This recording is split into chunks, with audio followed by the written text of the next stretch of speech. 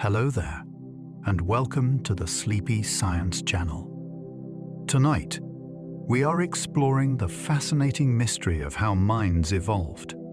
This is the story of how organisms slowly learned to notice the world around them. It begins far before humans and reaches back to some of the earliest creatures we know of. Somewhere in that long history, sensation became action, action became learning. And after many millions of years, a strange inner life began to emerge. The evolution of the mind is not a single event. It is a deep chain of survival. Every fear has a history. Every memory has ancient roots. And every curiosity began as a simple way to stay alive. As we follow this journey, we will meet minds that solve problems without looking anything like our own. We will see how social life changed intelligence. And we will trace the slow rise of language. But above all else, we will marvel at how matter became aware of itself. If you enjoy these gentle journeys, I invite you to like, subscribe, or share a thought below. It helps others find their way here too, one sleepy soul at a time. But for now, all you need to do is settle in. Let your shoulders soften. Allow your breathing to slow. And join me on this sleepy journey as we explore the deep history of the mind together. Let's begin. Minds began when ancient cells learned to sense and respond. Long before eyes opened or brains appeared, life was already solving a problem. It had to know what was useful, what was harmful, and which direction offered a better chance to survive. The earliest cells did not think, but their membranes could detect changes in chemistry, light, heat, and pressure. Those tiny signals mattered. A drifting microbe that moved toward food or away from danger carried a small advantage into the future. Over immense time, this basic sensitivity became more refined. Molecules acted like switches. Chemical pathways became miniature decision systems. A cell could compare one moment with the next, then change its behavior. That may sound simple, but it was a turning point in the history of life. The roots of mind did not begin with ideas. They began with responsiveness. Every later nervous system inherited that ancient principle. To be alive was not just to exist. It was to notice, react, and keep going. The first brains evolved because movement made decisions urgent. A creature that stays fixed in one place can survive with slow responses. It can wait for food to arrive, withdraw from harm, or follow simple chemical rhythms. But once animals began moving through their surroundings, life became more demanding. Motion created choices. Turn left or right. Chase or hide. Continue or stop. A moving body needed information from many places at once, and it needed that information quickly. This pressure helped favor clusters of nerve cells that could gather signals and coordinate action. Over time, those clusters became more centralized. They allowed animals to compare sensations, control muscles, and respond before the opportunity disappeared. In this way, the earliest brains were not built for philosophy. They were built for timing. They helped bodies survive in a world where delay could be costly. The need to move turned scattered signals into command centers, and those command centers became the ancestors of every brain that followed. Your thoughts descend from survival circuits older than bones. Inside the human mind are systems that began shaping behavior before skeletons became familiar features of animal life. The urge to freeze when startled, the pull toward food, and the quick awareness of threat all come from ancient biological patterns. These systems did not evolve to make life dramatic. They evolved because they worked. A creature that detected danger early had a better chance of escaping. A creature that remembered where nourishment appeared could return to it. These deep circuits were refined long before mammals, primates, or humans arrived. Later, evolution did not erase them. It built around them. The modern brain added layers for planning, language, imagination, and self-control, but the older machinery remained active underneath. This is why a sudden noise can reach your body before careful thought catches up. Part of you is deeply modern, but another part belongs to a much older world, where survival depended on fast signals and immediate action. Neurons changed life by letting animals react at lightning speed. A neuron is a living wire, but it is also much more than that. It can receive signals, process them, and pass them along with astonishing precision. Before nerves existed, cells communicated mostly through slower chemical exchanges. That was enough for small or simple organisms, but it limited how quickly a body could behave. Neurons changed the rules. They allowed distant parts of an animal to act together. A touch on one end could trigger movement somewhere else almost instantly. Predators could strike. Prey could flee. Muscles could contract in coordinated patterns instead of scattered twitches. This created a new kind of life, one shaped by speed. A world with neurons became a world of pursuit, escape, rhythm, and reaction. The rise of nervous systems did not just make animals faster. It made their bodies more unified. For the first time, information could race through living tissue fast enough to turn sensation into action before the moment had passed. Some animals solved problems long before backbones ever evolved. Backbones are impressive, but they are not the beginning of intelligence. Long before vertebrates appeared, soft-bodied creatures were already dealing with complex surroundings. Some had to find food, avoid injury, choose shelters, and adjust their behavior as conditions changed. An animal without a spine could still benefit from learning. It could remember which cues led to danger. It could use simple strategies that made survival more likely. This matters because it loosens the old assumption that cleverness belongs mainly to animals that resemble us. Evolution experimented widely, and many branches of life found their own ways to process information. The history of mind is not a single road leading toward humans. It is a branching landscape filled with many solutions. Some of those solutions began in creatures that left few traces behind, yet they helped prove that problem-solving could emerge in bodies built very differently from our own. The human mind is not a sudden miracle, but a deep inheritance. It can feel as though human awareness appeared as something separate from the rest of nature. We write, invent, remember childhood, and wonder about the future. Yet every one of these abilities rests on foundations that evolved gradually. The brain did not arrive fully formed. It was shaped through older systems for sensing, moving, bonding, choosing, and learning. Each generation inherited structures that had already been tested by life before it. Natural selection did not design the mind from scratch. It modified what was already there.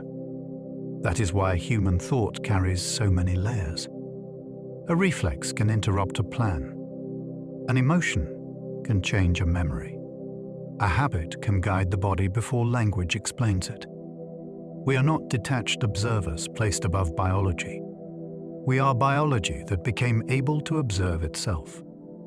The wonder is not that the mind is separate from evolution. The wonder is that evolution slowly made something capable of asking where it came from. Memory began as chemistry before it became personal experience. Before an animal could remember a place, a face, or a sound, living systems already had ways to preserve traces of the past. Cells can change after exposure to a signal. They can adjust their sensitivity, alter which genes are active, and respond differently the next time the same condition appears. In a simple form, that is memory. It is not a remembered birthday or a familiar song. It is the biological record of an encounter. Over time, nervous systems built more elaborate versions of this principle. Connections between neurons could strengthen or weaken. Patterns of activity could be reawakened. Experiences could begin to shape future behavior in increasingly flexible ways. This means that memory did not begin as a story told inside a mind. It began as chemistry, leaving a mark. Later, those marks became maps, expectations, skills, and finally, the personal past each of us carries. The feeling of remembering rests on processes far older than feeling itself. Consciousness may have grown from the need to choose action. One idea about awareness begins with a practical problem. An animal often receives more information than it can act upon at once. It may sense food, danger, shelter, movement, and bodily need within the same moment. If every signal triggered an equal response, behavior would become chaos. A more useful system would weigh competing demands and select what matters most now. Some researchers think that consciousness may have deep roots in this kind of selection. Awareness could have helped animals organize attention around the action that needed priority. This does not mean early consciousness resembled human reflection. It may have been simpler, more immediate, and tied closely to the body. Still, the basic challenge feels familiar. Even now, the mind is constantly filtering. You cannot attend to everything, so something must rise into focus. The mysterious glow of experience may have grown from an ancient need to decide what to do next before time ran out. Social life pushed minds to track friends, rivals, and trust. Living with others is powerful, but it is also complicated. A solitary animal mainly deals with weather, food, and danger. A social animal must also keep track of relationships. It needs to know who shares, who threatens, who remembers, and who can be approached safely. This created a different kind of mental pressure. Survival no longer depended only on strength or speed. It could depend on reading behavior. In many species, alliances influence access to food, protection, and mates. Deception can bring short gains, but memory can punish it later. Cooperation can open possibilities that one body cannot manage alone. Over time, these pressures favored minds that could recognize individuals and predict their actions. The social world became a moving puzzle. Every call, gesture, and glance could matter. Human intelligence grew inside this ancient arena of connection. We became unusually skilled at tracking intention because our ancestors lived in groups where trust could shape fate. Culture became evolution's second engine for shaping human minds. Genes change slowly, but learned behavior can spread with remarkable speed. Once early humans could imitate, teach, and preserve useful knowledge, evolution gained a new partner. A clever way to make a tool did not have to be rediscovered by every generation. A safer path, a better technique, or a valuable custom could be passed from person to person. This changed the environment in which minds developed. Children were not born into raw nature alone. They were born into accumulated knowledge. Culture shaped what people noticed, practiced, feared, valued, and imagined. It also created new pressures. A brain that learned well from others had a strong advantage. A group that stored knowledge could survive challenges that individuals could not solve alone. Over time, biology and culture began influencing each other. The human mind became not only an evolved organ, but also a learner inside a living inheritance. Our greatest adaptation may be our ability to receive the wisdom of others. Single-celled life can make decisions without nerves or brains. A single cell has no thoughts, but it is far from passive. It can measure its surroundings and alter its behavior in ways that look surprisingly purposeful. Some microbes swim toward nutrients by comparing chemical concentrations over time. Others retreat from damaging light, change shape under stress, or form protective communities when conditions worsen. These actions are not random flailing. They come from molecular systems that gather information and trigger responses. In effect, the cell is asking a basic question. Is this direction better than the last one? That ability is not consciousness, but it reveals something important about the ancestry of mind. Decision-making did not require a head. It began as a property of living matter, organized well enough to respond. The boundary between simple reaction and primitive choice is not always easy to draw. Watching a microbe navigate its world reminds us that the roots of intelligence reach down into life at its smallest scale. Bacteria remember recent chemical changes while swimming through their world. A bacterium is too small to sense a detailed landscape all at once. Instead, it compares the present with the very recent past. If conditions are improving, it keeps swimming in the same general direction. If they worsen, it tumbles and tries a new path. This brief biological memory lets it climb invisible chemical gradients toward food or away from harm. The system is wonderfully economical. Molecules inside the cell adjust their state after stimulation, creating a short record of what just happened. That record shapes the next movement. There is no picture of the world inside the bacterium. There is only comparison, response, and correction. Yet this is enough to create navigation. In a microscopic world ruled by diffusion and chance, that tiny memory can mean survival. It shows how little machinery is needed for behavior to become adaptive. Even a creature smaller than a dust speck can use the past to improve the next moment.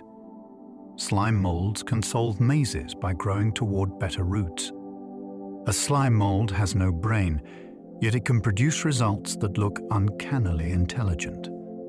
In experiments, researchers placed food at different points in a maze. The organisms spread through the passages, then gradually withdrew from dead ends and strengthened the most efficient connections. What remained looked like a solution drawn by a planner.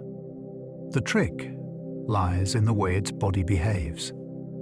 Tubes that carry more nutrients become thicker. Paths that contribute less fade away.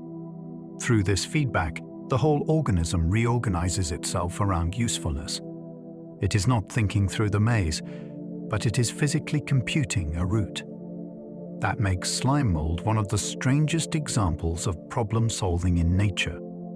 It challenges the idea that intelligence must sit in a brain. Sometimes the body itself can explore possibilities. Sometimes a solution can emerge from growth, flow, and adjustment. This strange yellow organism turns navigation into living geometry, and it does so without a single neuron. The earliest animals sensed touch before they could truly see.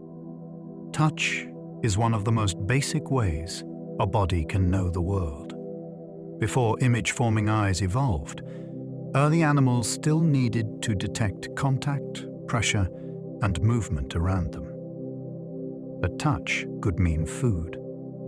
It could mean a surface. It could mean danger pressing against the body. Cells that responded to mechanical disturbance gave animals immediate information about their surroundings. This kind of sensing did not require a picture. It required only a change in pressure that could trigger a reaction. Withdraw, grip, turn, contract. As bodies became more complex, touch systems spread across skin, tentacles, bristles, and internal tissues. They helped animals move through mud, water, and crowded habitats. Vision later opened a larger world at a distance, but touch kept its deep importance. Even humans rely on it constantly. It anchors the body in space and gives reality its physical certainty. Long before sight filled the mind with scenes, contact told life where it was. Jellyfish use nerve nets instead of a central brain. A jellyfish moves through the sea with a nervous system unlike ours. Instead of a single command center, it has a loose web of nerve cells spread through its body. This nerve net can coordinate pulsing movements, respond to touch, and help control feeding behavior. There is no brain watching over the whole animal. The coordination is distributed. Signals ripple across the body, and the body answers as a living sheet of responsiveness. This design is ancient and effective. It suits an animal whose life depends on drifting, pulsing, and reacting to nearby contact. Some jellyfish also have sensory structures that detect gravity and light, giving them enough information to orient themselves in the water. Their simplicity can be misleading. They have survived through enormous stretches of evolutionary time because their system works. A jellyfish does not need a centralized mind to be successful. Its nervous system shows that nature found more than one way to turn sensation into movement.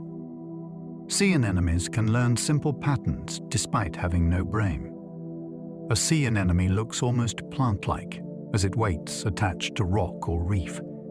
Yet this soft animal can change its behavior through experience.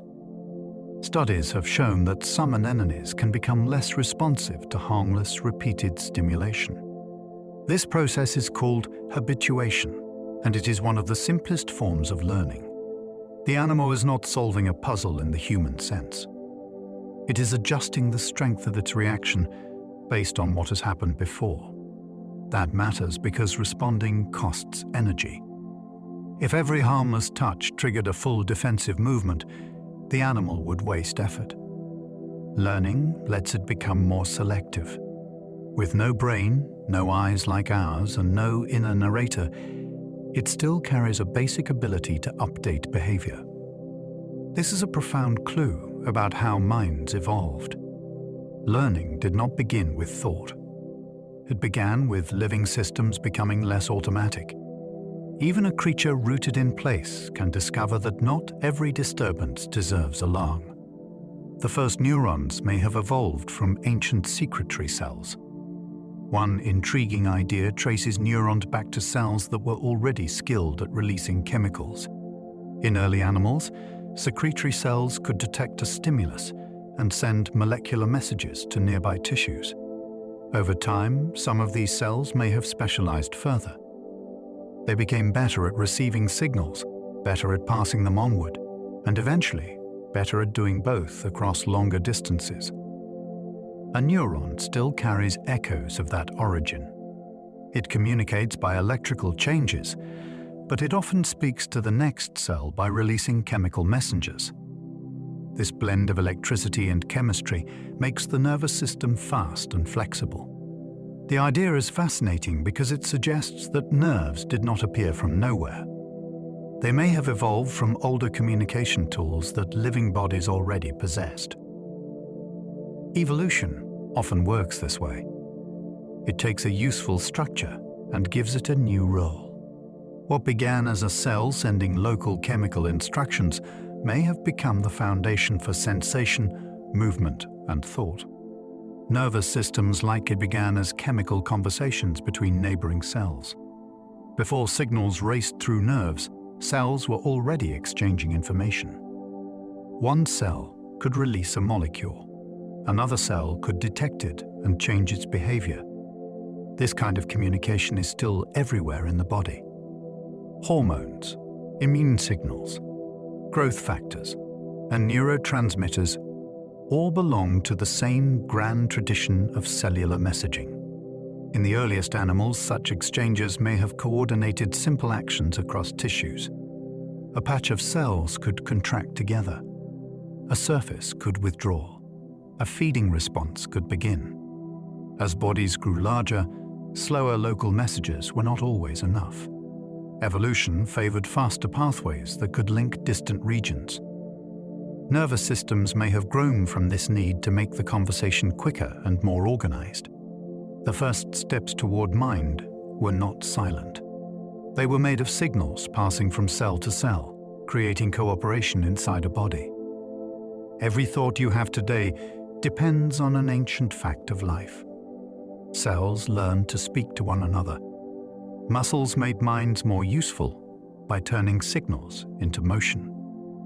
Information matters most when it can change what a body does. A creature might sense light, touch, or chemicals, but those signals become powerful when they guide movement. Muscles provided the missing link. They allowed animals to bend, pulse, swim, grasp, and escape.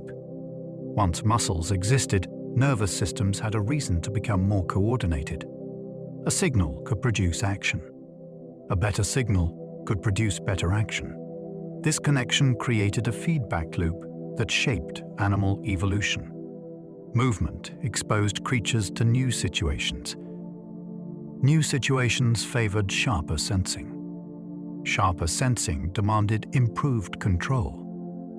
Minds in their earliest forms were not floating systems of awareness. They were tied to bodies that needed to move well. Even in humans, thought is deeply connected to action. We imagine reaching, turning, speaking, and choosing.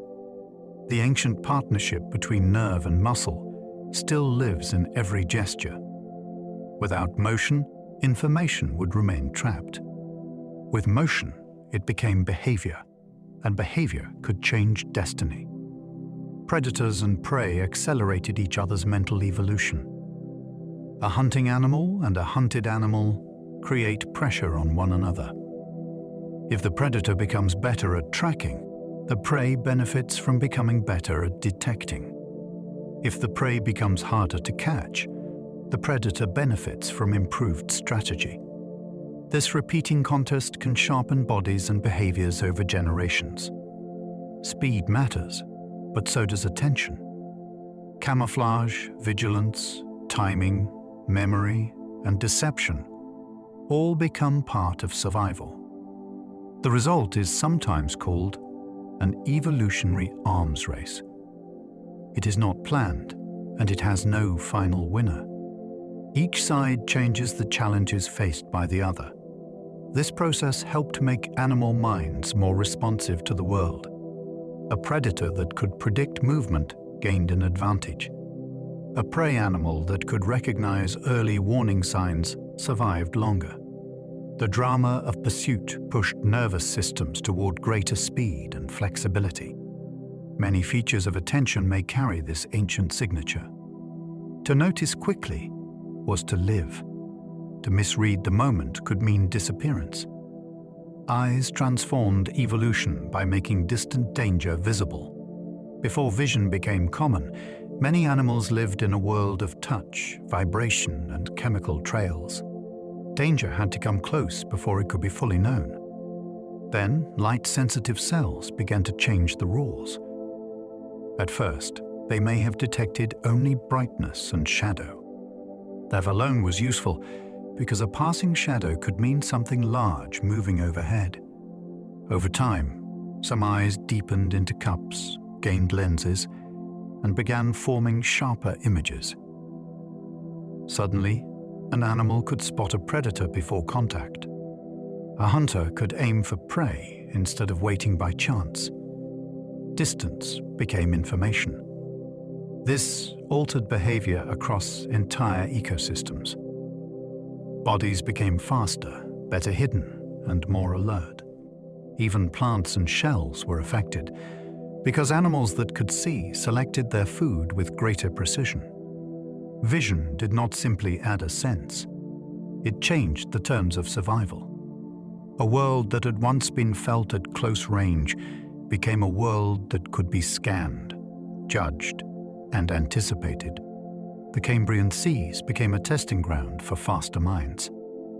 More than 500 million years ago, the oceans changed dramatically.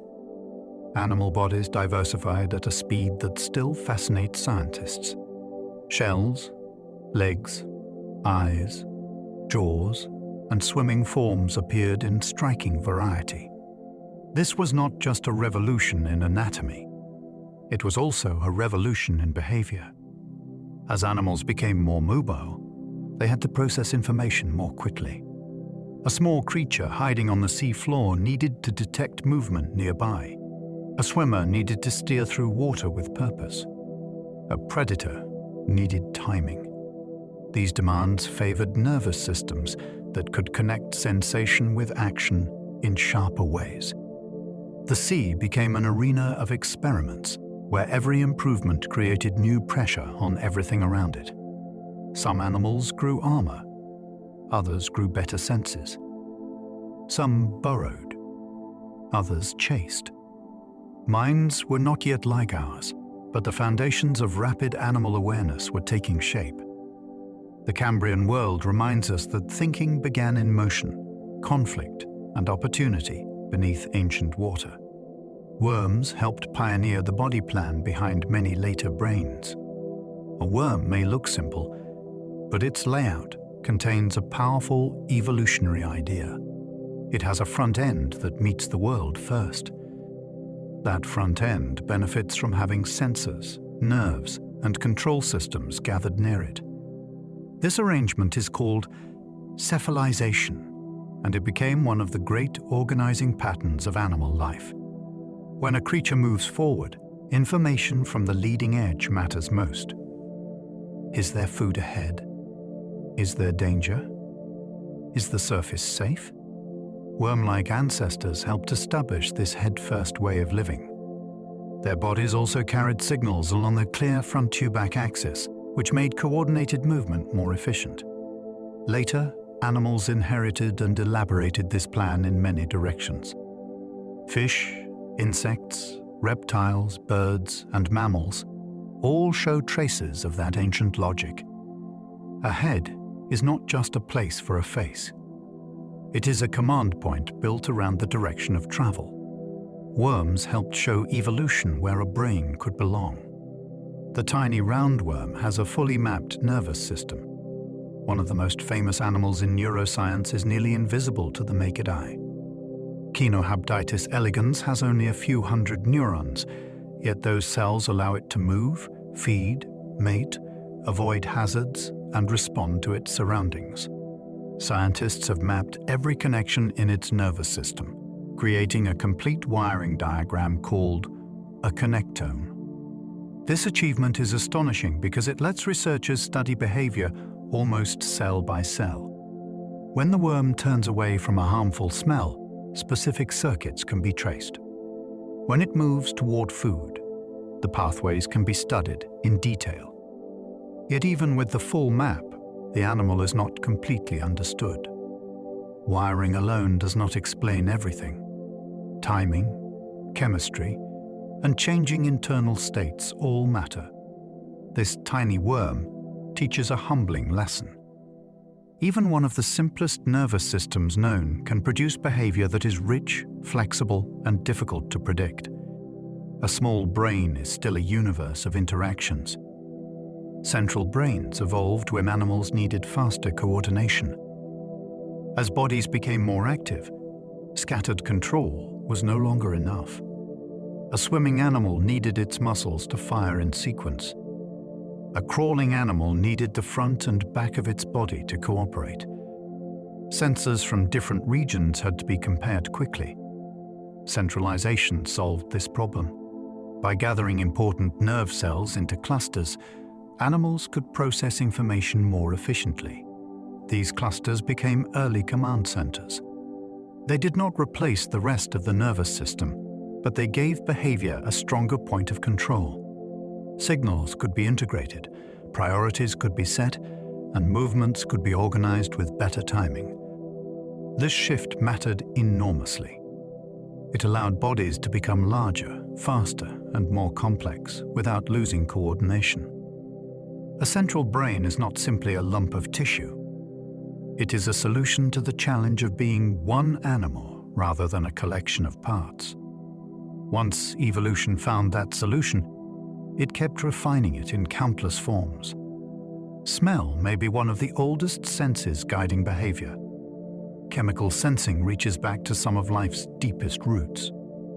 Long before complex eyes, ears, or limbs, organisms could detect molecules drifting through water or air. For an animal, those molecules can carry life-changing information. They can reveal food, a mate, a rival, a predator, or a familiar home. Smell is especially powerful because it works beyond direct contact. A scent can arrive before the source is seen. It can linger after the source has gone. In many animals, whole worlds are written in odors that humans barely notice. A shark can follow faint traces through water. A moth can detect a partner across great distances. A dog can read layers of history from a patch of ground. This ancient sense shaped navigation, feeding, mating, and memory. Even in humans, smell still has an unusual link to emotion and recollection. A single odor can pull the past close because the brain's chemical pathways run deep. Taste helped early animals separate food from poison. Eating is one of life's great risks. A body must take the outside world into itself, and that world is full of both nourishment and danger. Taste evolved as a gatekeeper. It allowed animals to judge substances before swallowing too much. Sweetness often signals useful energy. Salt can reveal essential minerals. Bitterness is frequently linked with toxins, although not always. Sourness can suggest acidity or fermentation. These signals are not perfect rules, but they gave animals a first line of protection. A creature that rejected harmful food had a better chance of surviving long enough to reproduce. Over time, taste systems became more specialized. Different species tuned their preferences to their diets. Cats lost much of their ability to taste sweetness because meat shaped their evolutionary path. Hummingbirds became sensitive to sugars because nectar mattered so much. Taste is not just pleasure. It is ancient biological judgment placed at the entrance to the body. Pain evolved as a warning system, not merely a feeling. Pain can feel like an enemy, but its deeper purpose is protection. It draws attention to damage or possible damage, then pushes the body to respond. Pull your hand from heat. Rest an injured limb. Guard a wound. These reactions can be unpleasant, but they help prevent worse harm. Animals that lacked such warning signals would injure themselves more easily and continue harmful behavior too long. Pain systems are complex because the body must judge many kinds of threat. Pressure, heat, cold, chemicals, and inflammation can all activate different pathways. The brain then adds context. A small injury may feel stronger when danger is high. A serious wound may be briefly ignored during escape. This shows that pain is not a simple measurement of tissue damage. It is a protective experience shaped by need. Its existence reveals how evolution can turn sensation into urgency. The discomfort is real, but its ancient role is to keep the body alive. Fear became powerful because hesitation could cost an animal everything. A rustle in the grass might be nothing, or it might be the last warning before attack. For many animals, the safer mistake is to react too soon rather than too late. Fear evolved within that harsh arithmetic. It prepares the body for action before careful certainty arrives. Heart rate rises. Muscles tense. Attention narrows. The animal becomes ready to flee, freeze, or defend itself. This system is not designed for perfect accuracy. It is designed for survival under uncertainty. A creature that waited for complete evidence might not live long enough to learn from the result. That is why fear can be so fast and so convincing. It uses old brain pathways that prioritize immediate response. In humans, those ancient systems still operate inside modern life. sometimes reacting to threats that are symbolic rather than physical. Fear can mislead us, but its origin is understandable. It exists because, for countless ancestors, a moment of delay could decide everything. Curiosity likely grew from the rewards of safe exploration. Exploration is risky, but ignorance is risky too. An animal that never investigates may miss food, shelter, tools, or social opportunities. Curiosity helps solve this tension by making information itself rewarding. Young animals often show it strongly because they must learn the shape of their world. A fox kid noses at leaves. A young crow tests objects with its beak. A human child asks one question after another. This behavior is not random distraction. It builds mental maps. It reveals what can be eaten, climbed, opened, avoided, or trusted. Evolution likely favored curiosity when the benefits of learning outweighed the dangers of exposure. The key word is safe. Animals tend to explore most when danger feels manageable. That balance lets them gather knowledge without reckless risk. In humans, curiosity became one of the engines of science, art, and invention. Its roots, however, are deeply practical. To wonder is often to prepare for a future situation before it arrives. Play evolved because young animals learned survival without fatal risks. A wolf pup pouncing on a sibling is not wasting time. A young dolphin pushing seaweed through the water is not merely being silly. Play lets animals practice serious skills in a safer form. Chasing, wrestling, hiding, balancing, and object handling can all rehearse abilities needed later in life. Because the stakes are reduced, young animals can experiment. They can fail without losing a meal or facing a real enemy. Play also teaches social limits. A bite that is too hard may end the game. A partner that is treated unfairly may refuse to continue. This makes play a training ground for cooperation as well as movement. Brains may benefit because playful activity strengthens flexible responses. It encourages animals to try new combinations instead of repeating rigid routines.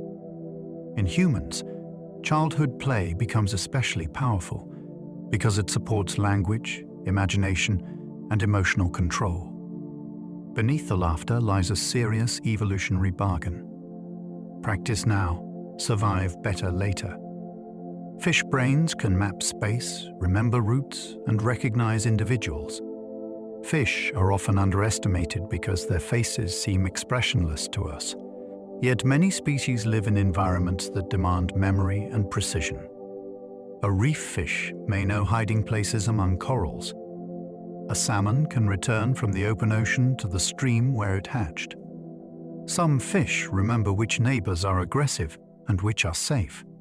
Others learn feeding locations, navigate complex territories, and change behavior after experience. Their brains are organized differently from ours. The difference is not absence. In many fish, regions involved in spatial learning perform roles comparable to memory systems in land animals. This makes sense when we picture their lives properly. Water is not an empty blue space. It is filled with currents, landmarks, smells, sounds, and social cues. A fish that remembers well can avoid wasted effort and danger. These abilities challenge the old idea that small aquatic brains are simple reflex machines. Beneath the surface, many fish are living through a richly remembered world. Cleaner wrasse can pass a mirror test in surprising ways. The mirror test has long been used as a clue to self-recognition. An animal is marked in a place it can see only with a mirror. Then researchers watch whether it investigates the mark on its own body. Great apes, dolphins, elephants, and some birds have shown notable responses. Then came a small reef fish called the cleaner wrasse. In experiments, marked fish used mirrors to inspect themselves and scraped their bodies as if trying to remove the mark. The result sparked debate. Does this mean the fish has self-awareness like a human? Probably not in that full sense. But it does suggest that its mind can connect mirror information with its own body in a way once thought unlikely for fish. That is astonishing. Plena wrasse already live socially complex lives, servicing other fish by removing parasites. Their mirror behavior reminds us that cognition does not always follow our expectations, and that intelligence can hide inside small, bright bodies. Electric fish use pulses to sense hidden objects around them. In muddy rivers where vision is limited, some fish carry their own detection system. Weakly electric fish generate tiny electrical fields around their bodies. When an object enters that field, it distorts the pattern. Specialized sensors in the skin detect those changes, allowing the fish to sense shape, distance, movement, and sometimes material. This is not the powerful shock of an electric eel used for stunning prey. It is a delicate form of perception. The fish is feeling its surroundings through electricity. Even more remarkable, many species adjust their pulses to communicate. They can signal identity, courtship, aggression, and status. When two fish with similar pulse rates meet, some shift frequency to avoid interference. This means the animal is managing both a sensory world and a social channel at once. Its mind is tuned to information humans cannot naturally perceive. For these fish, darkness is not empty. It is alive with invisible structure mapped by living current. Some fish cooperate during hunts with signals and gestures. Cooperative hunting is not limited to mammals or birds. On coral reefs, groupers have been seen inviting moray eels to hunt with them. The partnership makes sense. A grouper is fast in open water, while an eel can slip into crevices where prey hides. To begin the hunt, the grouper may perform a distinctive headstand near the hiding place, pointing its body toward the target. The eel can respond by entering the crack, flushing prey into the open. Sometimes the eel gets the meal. Sometimes the grouper does. Either way, the strategy can benefit both over time. This behavior is extraordinary because it suggests a fish can recruit a partner with different abilities and direct attention toward a shared goal. It is not human teamwork, but it is far more sophisticated than simple instinct. The reef becomes a stage for cross-species coordination. A gesture in the water can mean, in effect, look here, something is hiding. Amphibians brought ancient learning systems onto land. When vertebrates began moving from water onto land, they entered a world with different rules. Air carried smells differently. Gravity pressed harder on the body. Surfaces were uneven. Water sources could be scattered and temporary. Amphibians inherited ancient brain systems from fish-like ancestors, then used them in this new setting. Learning became essential. A frog that remembers a breeding pond gains an advantage. A salamander that learns shelter locations can avoid drying out. Many amphibians can associate sounds, places, and conditions with useful outcomes. Their behavior may appear simple when they sit motionless, but stillness can be part of a careful strategy. They must judge moisture, temperature, cover, and timing with great precision. Amphibians represent a remarkable evolutionary bridge, not only in anatomy, but in cognition. They show how older nervous systems could be adapted to fresh challenges. The move onto land did not create intelligence from nothing. It carried existing learning machinery into a harsher and more varied world. Reptile brains are more flexible than old myths suggested. For a long time, reptiles were described as creatures of pure instinct. The phrase reptile brain became shorthand for primitive behavior, But living reptiles have steadily complicated that picture. Turtles can learn routes and remember feeding locations. Lizards can solve detour tasks by moving around barriers to reach food. Crocodilians show parental care, coordinated hunting, and social communication. Some reptiles recognize individual humans. Others adjust behavior after observing conspecifics. Their brains lack the mammalian neocortex, but they are not empty of flexibility. Evolution built different neural architectures for different lives. A monitor lizard exploring a complex environment does not need to think like a primate to be effective. It needs attention, memory, and adaptive behavior suited to its own world. The old myth of reptiles as simple machines now feels too flat. Their minds may be quieter and less familiar to us, but they reveal an important lesson. Intelligence is not a single design. It is a family of solutions. Birds inherited dinosaur brains and turned them into problem solvers. Every bird alive today belongs to the dinosaur lineage, and that makes avian intelligence even more fascinating. The small feathered ancestors of birds already had active bodies, sharp senses, and brains capable of complex control. After the great extinction that ended the age of non-avian dinosaurs, birds diversified into countless forms.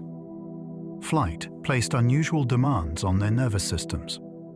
A flying animal must coordinate balance, vision, timing, and movement with extraordinary precision. Many birds also faced complex social and ecological challenges. Their brains became compact and densely packed with neurons. This helps explain how a crow, parrot, or pigeon can do so much with a brain that looks small by mammal standards. Birds did not become clever by copying mammals. They followed their own evolutionary route. In them, the dinosaur story did not end with bones in stone. It continued as memory, song, navigation, and problem-solving on wings. Crows can plan ahead with tools they will need later. A crow facing a problem may do something that feels almost unsettlingly thoughtful. Some species can choose a tool before it is immediately useful, keep it, and use it later to obtain food. That ability requires more than trial and error. The bird must recognize a future need and select the object that will solve it. In experiments, corvids have stored tools, traded objects for rewards, and ignored tempting distractions when waiting leads to a better outcome. Their wild behavior is just as impressive. New Caledonian crows shape hooked tools from twigs and leaves, then use them to pull insects from hidden places. Tool-making in these birds is not a party trick. It is a survival strategy supported by learning and memory. What makes it astonishing is that their lineage separated from ours long ago. A feathered brain found a path toward planning without becoming mammalian. The result is a mind that seems to look ahead. Ravens remember who cheated them in past social exchanges. A raven does not forget a bad deal easily. In studies of social exchange, ravens have been shown to prefer partners who cooperated with them and avoid individuals who behaved unfairly. This makes sense in their world. Ravens live in rich social environments where relationships can affect access to food, safety, and information. Remembering who can be trusted is valuable. Their memory is not limited to simple recognition. They can track past interactions and adjust future choices. In the wild, ravens also form alliances, compete over carcasses, and monitor the behavior of others with keen attention. A bird that remembers social history can navigate these situations more effectively. This ability brings them closer to the kind of thinking once assumed to be mostly primate territory. Fairness, reputation, and past behavior matter in raven life. Their dark eyes are watching a social world where memory has consequences and where a single dishonest act can echo into the future. Parrots can understand categories, colors, and meaningful human words. Parrots are famous for mimicry, but imitation is only the surface of their ability. Some individuals have learned to use human words in ways that suggest real conceptual understanding. The African grey parrot Alex became especially well known because he could identify colors, shapes, materials, and quantities. He could answer questions about what was same or different between objects. This did not make him a tiny human, but it showed that a bird brain can link sounds with ideas in flexible ways. In the wild, parrots live socially demanding lives. They need to recognize companions, maintain bonds, find food, and solve physical problems. Vocal learning helps them communicate within these groups. Their brains contain specialized circuits for sound learning, and some species keep learning calls throughout life. When a parrot speaks meaningfully, it gives us a rare bridge between minds. A sound shaped by a beak can carry a category, a request, or a choice. Pigeons can recognize paintings better than many people expect. The ordinary city pigeon carries a surprisingly refined visual mind. In experiments, pigeons have learned to distinguish paintings by different artists, such as Monet and Picasso, even when shown works they had not seen before. This means they were not merely memorizing pictures. They were detecting patterns in style, color, composition, or texture. Pigeons can also categorize medical images, recognize letters, and remember large numbers of visual scenes. Their brains are small, but their visual processing is highly capable. That should not be shocking when we consider their lives. A pigeon navigating through a city must read landmarks, avoid hazards, identify feeding places, and return home across complex routes. Their eyes and brains are tuned for detail. What humans dismiss as a common bird may be performing impressive calculations during an ordinary flight between buildings. Pigeons remind us that intelligence is often hidden by familiarity. The animal we overlook in the square may be quietly solving a visual world of remarkable complexity. Some birds learn melodies through brain circuits that resemble language learning. A young songbird does not simply open its beak and sing perfectly. Many species must learn their songs by listening to adults, practicing imperfect versions, and gradually refining them. This process has striking parallels with the way human infants learn speech. There is a sensitive period. There is auditory memory. There is feedback from hearing one's own sounds. Specialized brain circuits guide practice and correction. If a young bird cannot hear properly, its song may not develop normally. This makes songbirds invaluable for scientists studying vocal learning. Their melodies are not decorative extras. Songs help claim territory, attract mates, and identify individuals. Each note carries biological importance.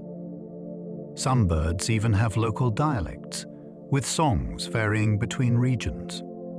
A dawn chorus, then, is not just pleasant sound. It is a living display of learning, memory, and identity. In those repeated phrases, evolution found a way for experience to shape voice. Migration demands memory systems powerful enough to cross continents. A migrating bird may weigh less than a handful of coins, yet it can travel across oceans, deserts, and entire hemispheres. To do this, it relies on several forms of information. The position of the sun can guide daytime travel. Stars can help at night. Earth's magnetic field offers another invisible compass. Smells, coastlines, winds, and remembered landmarks may also contribute. The brain must combine these cues while the body endures exhaustion and changing weather.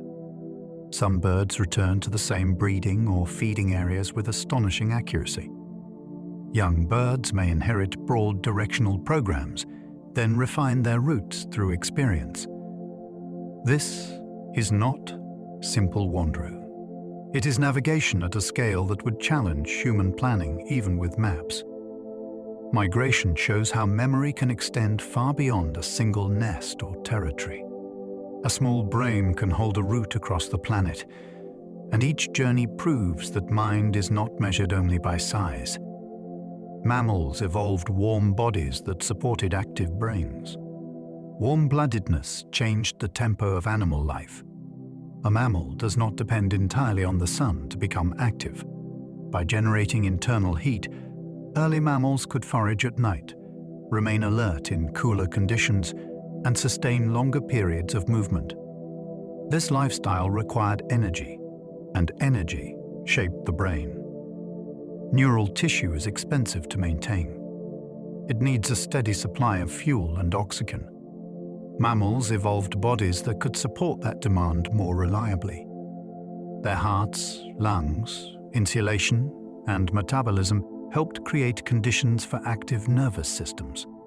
Early mammals were often small and vulnerable, but they had advantages in sensitivity, agility, and endurance.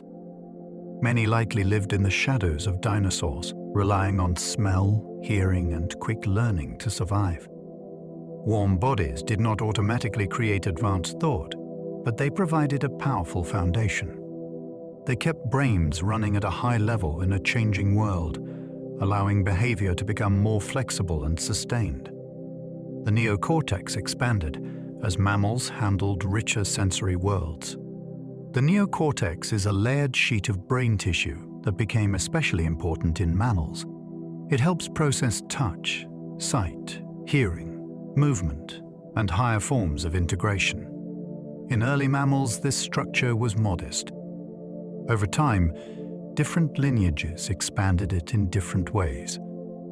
A bat's brain emphasizes sound and flight control. A mole's brain gives great importance to touch. A primate's brain devotes enormous space to vision and hand use. The neocortex is powerful because it can combine streams of information and support flexible responses. It lets an animal build a richer model of its surroundings. That model can guide decisions beyond immediate reflex.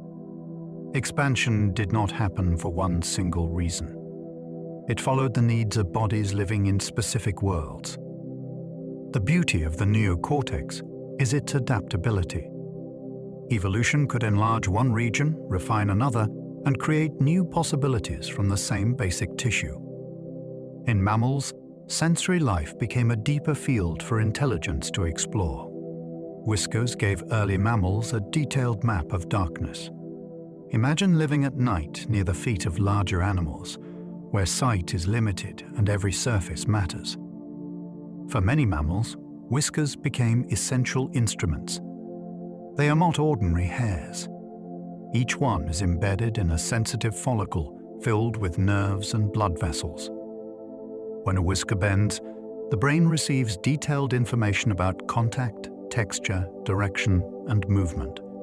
Rats can sweep their whiskers back and forth many times each second, building a tactile map of nearby space. Seals use whiskers to follow water trails left by fish. Cats use them to judge gaps and detect objects near the face. For early mammals, such sensitivity may have been a major advantage in darkness. Whiskers turned the area around the head into a zone of touch-based awareness. They allowed animals to explore without fully exposing themselves. Long before human fingers became symbols of skill, mammalian faces were already reading the world through delicate, moving sensors. The hippocampus helps animals remember places that matter. Deep in the brain lies a structure strongly tied to memory and navigation. In many animals, the hippocampus helps encode where things are and how locations relate to one another. This ability can decide survival. A squirrel must remember buried food. A bird may need to return to nesting sites. A rodent must know escape routes through grass or tunnels. Certain neurons become active in specific locations, almost as if the brain is marking points on an inner map. These are often called place cells. Other nearby cells help track direction and distance. Together, they allow an animal to move through the world with more than instinct. They support expectation. They make a familiar place feel known. In humans, the hippocampus also helps bind experiences into memory, which is why a place can bring back a moment with sudden force. This structure shows that memory is not only about the past, it is also about finding the way forward. Bats built mental worlds from echoes instead of light. A bat flying in darkness releases sound too high for most humans to hear. Those sounds strike insects, leaves, branches, and cave walls, then return as echoes. From tiny differences in timing and intensity, the bat constructs a detailed sense of its surroundings. It can detect a moth in flight, avoid thin obstacles, and land with precision. This ability is called echolocation, but the word hardly captures its wonder. The animal is using sound to form a working world. Its brain must process incoming echoes at extraordinary speed, especially during pursuit. Some insects evolved defenses, including ears tuned to bat calls or movements that disrupt capture. Bats also adjust their calls as they close in on prey, producing rapid sequences during the final approach. Their minds are not centered on vision the way ours often are. They reveal another way to know reality. For a bat, the night is shaped by returning sound. Elephant minds carry memories shaped by long social lives. An elephant's world is built around relationship and remembrance. A matriarch can hold knowledge that younger animals depend on, including routes to water and the behavior of other families. In dry years, that memory can become a matter of survival. Elephants recognize individuals by voice and scent. They respond differently to familiar companions, strangers, and old traps. Their lives unfold over decades, which gives experience time to accumulate into judgment. A young elephant learns not only where to go, but how to behave inside a society. It watches greetings, follows elders, and absorbs the rules of comfort and conflict. When a member of the group dies, elephants may touch the bones or linger near the body. Scientists debate exactly what they understand, but the behavior is hard to dismiss. Their minds are not quick sparks that vanish in the moment. They are long, layered records of place and bond, carried across landscapes by animals who remember. Orcas inherit hunting traditions through families rather than instinct alone. Different groups can live in the same ocean and behave as if they belong to separate cultures. One family may hunt fish with tight coordination. Another may specialize in seals. Another may use deliberate waves to wash prey from ice. Young orcas do not simply invent these methods from scratch. They learn them by staying close to mothers and relatives for years. The pod becomes a living school. Calls, routes, prey choices, and hunting techniques are passed down through repeated experience.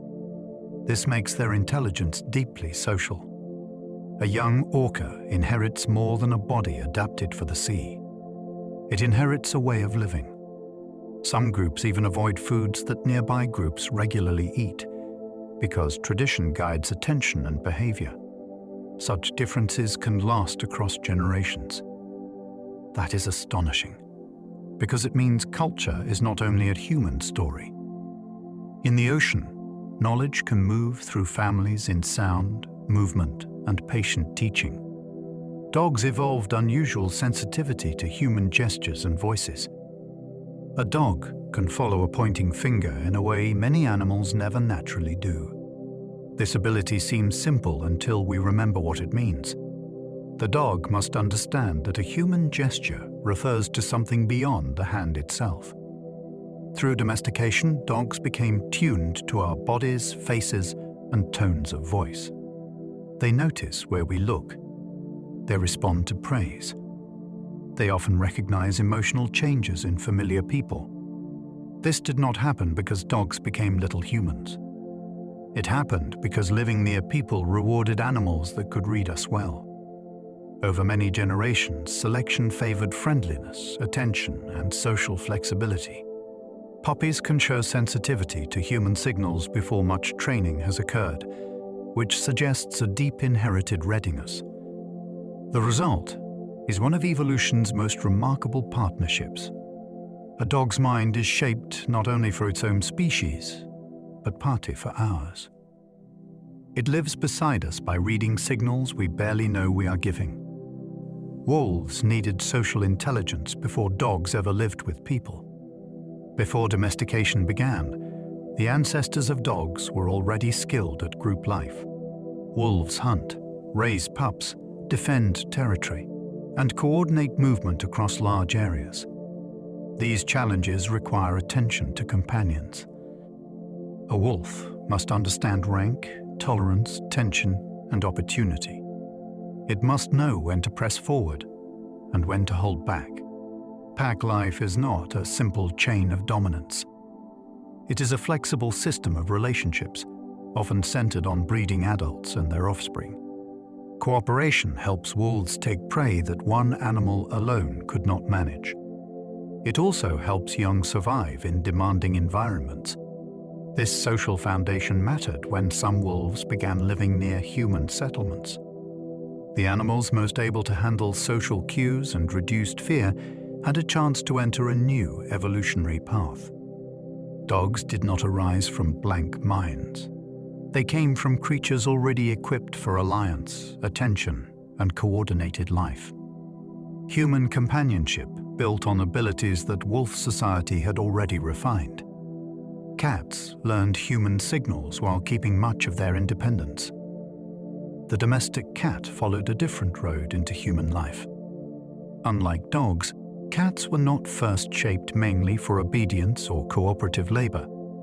They likely approached early farming settlements because stored grain attracted rodents. Humans tolerated them because they were useful. Over time, the boldest and least fearful cats stayed near people, while keeping many traits of solitary hunters. Their minds still carry that balance. A cat can learn its name, recognize familiar voices, and respond to human habits. It may follow gaze or gestures when motivated, but it often chooses when participation is worthwhile. This independence is not stupidity. It reflects an evolutionary history built around stealth, patience, and individual hunting. Cats also communicate with people in altered ways.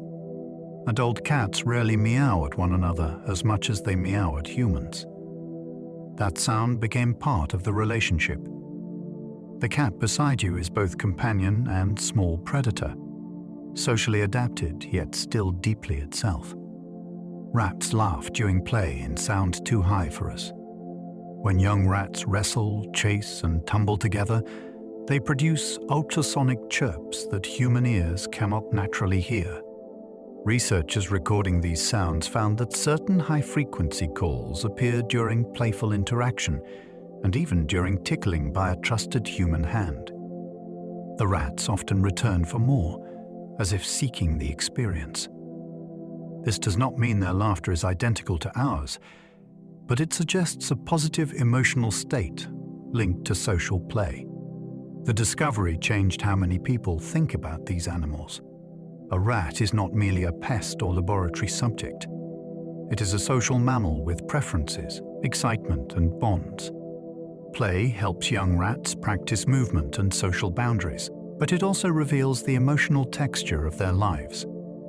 Their hidden sounds remind us that animal minds often speak outside the range of our senses. A room may seem silent to us, while tiny voices are expressing pleasure in the dark. Mice can show signs of empathy for distressed companions. A mouse that sees another mouse in discomfort may change its own behavior. In some studies, mice become more sensitive to pain after observing a familiar companion in pain. In other experiments, they work to free trapped cage mates, especially when social bonds are strong. Scientists are careful with language here, because mouse empathy is not the same as human compassion. Still, the pattern is meaningful. The distress of one animal can affect another. That means the brain is not sealed inside its own body. Social experience can cross from one nervous system to another through sight, sound, smell, and movement. For a small prey animal, sensitivity to group signals can be valuable. If one mouse detects danger, others benefit from responding quickly. But the behavior seems to go beyond simple alarm in some cases. It suggests that the roots of shared feeling are older and broader than many assumed. Even tiny mammals can be moved by another's state. Octopus intelligence evolved on a completely different branch of life. The octopus is one of evolution's great surprises. Its last common ancestor with humans was a simple animal that lived hundreds of millions of years ago. Since then, our line and theirs traveled separate paths. We became vertebrates with bones, social learning, and long childhoods. Octopuses became soft-bodied hunters with arms, suckers, color-changing skin, and no protective shell in most species. Their intelligence did not come from a mammalian blueprint. It arose from the demands of a dangerous seafloor life. An octopus must find prey, open shells, escape predators, explore dens, and solve problems with a body that can squeeze through tiny gaps. In aquariums, some learn to unscrew jars, navigate mazes, and recognize individual keepers. Their behavior feels eerie because it is clever without being familiar. They remind us that intelligence is not a ladder with humans at the top.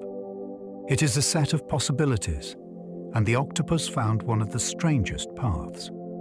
Octopus arms can solve problems partly without the central brain. An octopus does not control its arms the way you control your fingers. Much of its nervous system is spread through the arms themselves. Each arm contains networks of neurons that can process touch and movement locally. This means an arm can explore, bend, grip, and respond with a degree of independence. The central brain guides overall goals, but the details of movement often emerge from the arm's own circuitry. That arrangement makes sense for a body with 8 flexible limbs and no rigid skeleton. If the brain had to micromanage every motion, control would become overwhelming. Instead, intelligence is distributed. A sucker can taste what it touches.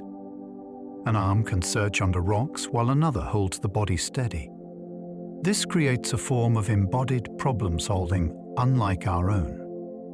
The octopus is not simply a head with tools attached. It is a living system where parts of the body participate in decision-making. Cuttlefish remember what happened, where it happened, and when. For a long time, scientists wondered whether animals could remember personal experiences in a way that resembles episodic memory. Cuttlefish have become fascinating evidence in that discussion. They can learn what food appeared, where it appeared, and how long ago it was available. This matters because their favorite prey may return on different schedules. If shrimp becomes available after a delay, a cuttlefish can wait and choose the location where shrimp is likely to appear, rather than wasting effort on less preferred food. That requires more than simple association. It requires linking content, place, and timing into one useful memory. Their short lives make this even more striking. A cuttlefish may live only a year or two, yet within that brief span it can use memory with precision. It also changes skin color and texture with breathtaking control, but its inner abilities are just as impressive. This animal carries a detailed record of experience inside a very alien body. Squid use changing skin patterns like a living visual language. A squid can transform its appearance in a fraction of a second. Tiny organs in the skin expand and contract under neural control, revealing pigments that create bands, flashes, spots, and waves. Other structures reflect light, adding shimmer and contrast. These displays can help with camouflage, but they also communicate. During courtship or confrontation, squid may send different patterns across different sides of the body. One side can signal to a potential mate, while another side warns a rival. The animal becomes a screen of intention. Its skin is not passive covering.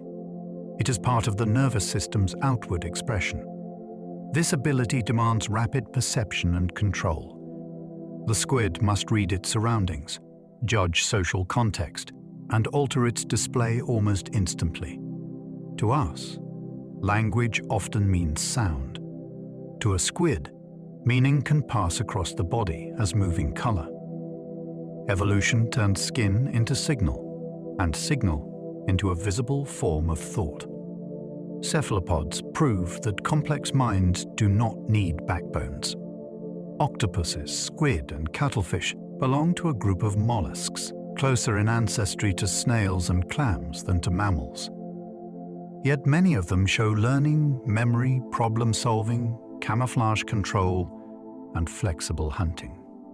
This forces us to widen the way we think about intelligence. A backbone is not required. A neocortex is not required. Even a long lifespan is not always required. Cephalopods build complexity from different materials. Their neurons are arranged in unfamiliar ways. Their bodies are soft and changeable. Their senses are tuned to marine worlds full of texture, light, motion, and hiding places. Their intelligence may have grown partly because many lost the shells that once protected their ancestors. Without armor, behavior became a shield. To survive, they had to be elusive, exploratory, and quick to adapt. These animals are living proof that evolution can reach sophisticated cognition more than once. The mind has many possible architectures, and the sea holds some of the most surprising. Bees can count small quantities and understand the idea of zero. A honeybee's brain is smaller than a sesame seed, yet it can perform feats that seem impossible at that scale. In experiments, bees have learned to distinguish smaller from larger quantities. More astonishingly, they can treat zero as less than one after training. That does not mean a bee contemplates mathematics like a human. It means its nervous system can represent absence in a useful way. For a foraging insect, numerical sense may help compare flower patches, landmarks, or visual patterns. Bees also learn colors, shapes, routes, and rewards. Their achievements matter because they show how efficient brains can be. Intelligence does not always require vast numbers of neurons. Sometimes it requires the right circuits for the right tasks. A bee flying from bloom to hive is not merely drifting on instinct. It is making comparisons, remembering locations, and updating choices. Inside that tiny head, evolution built a compact machine for practical reasoning. Honeybees dance directions to food with remarkable mathematical precision. When a forager discovers a rich source of nectar, it can return to the hive and perform a waggle dance. The angle of the dance indicates direction relative to the sun. The duration of the waggle gives information about distance. Other bees follow the movements, then fly out using the instructions. This is one of the most extraordinary communication systems in the animal kingdom. It turns movement into a map. The bee must account for the sun's changing position, the distance traveled, and the quality of the food source. The hive then uses that information to send workers where they are needed. The dance is not a symbolic language like ours, but it is a precise transfer of spatial knowledge. It shows how social life can magnify individual discovery. One bee finds the flowers. Many bees can benefit from the message. In the dark interior of a hive, directions to the outside world are written in motion. Ant colonies solve problems through thousands of tiny local choices. An individual ant follows simple rules. It lays scent trails, responds to contact, carries food, cares for larvae, or reacts to danger. Yet when thousands of ants interact, the colony can produce surprisingly organized behavior. Trails form between nest and food. Workers allocate themselves to changing tasks. Some species build bridges with their bodies. Others farm fungi, herd aphids, or conduct raids with military coordination. No single ant understands the whole operation. The intelligence emerges from interaction. Pheromones strengthen successful paths and fade from unsuccessful ones. Crowding, touch, and chemical signals shift behavior moment by moment. This is a different kind of mind-like system, one spread across many bodies. It fascinates engineers and computer scientists because it shows how complex solutions can arise without central command. An ant colony is not conscious in the human sense, but it can behave as a problem-solving superorganism. Its wisdom is distributed through the feet of thousands of tiny workers. Termite mounds emerge from simple rules followed by many insects. A termite mound can contain tunnels, vents, chambers, and carefully regulated airflow. Some rise like towers from the ground, built by animals with no architect and no blueprint.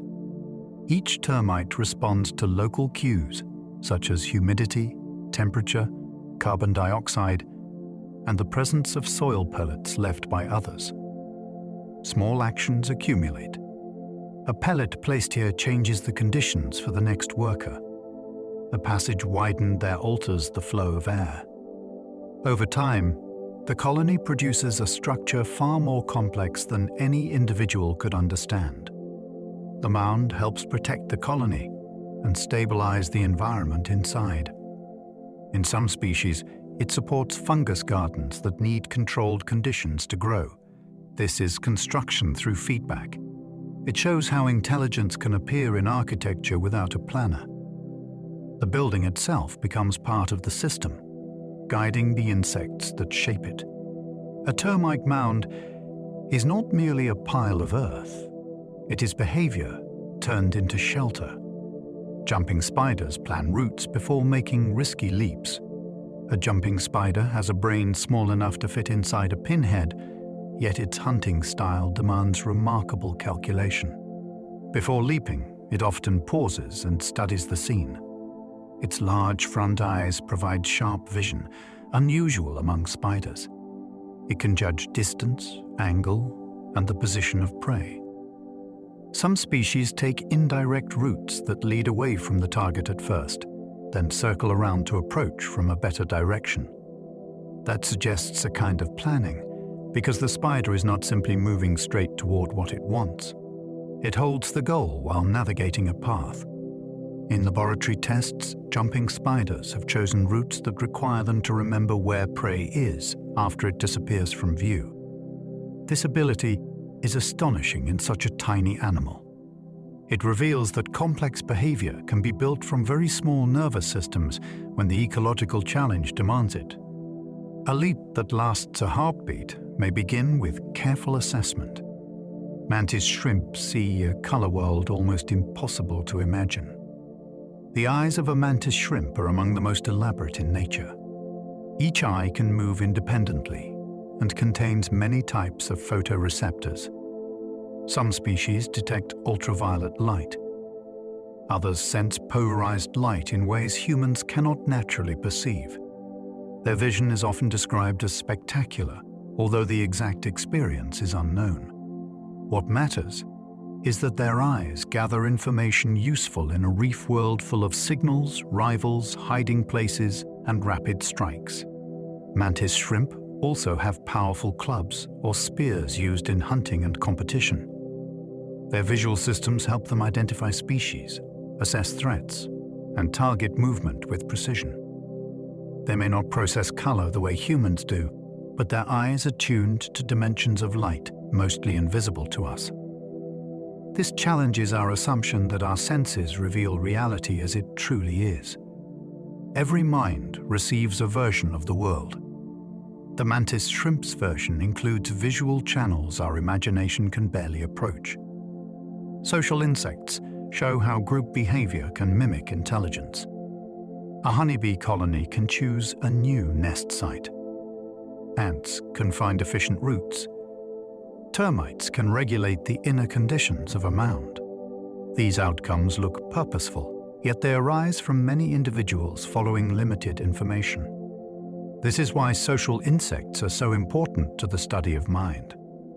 They reveal how collective behavior can resemble decision-making. In a bee swarm, scouts inspect possible homes and advertise good sites through dance. Better sites attract more support. Eventually, the group reaches a threshold and moves. No bee compares every option alone. The colony decides through a process distributed across many bodies.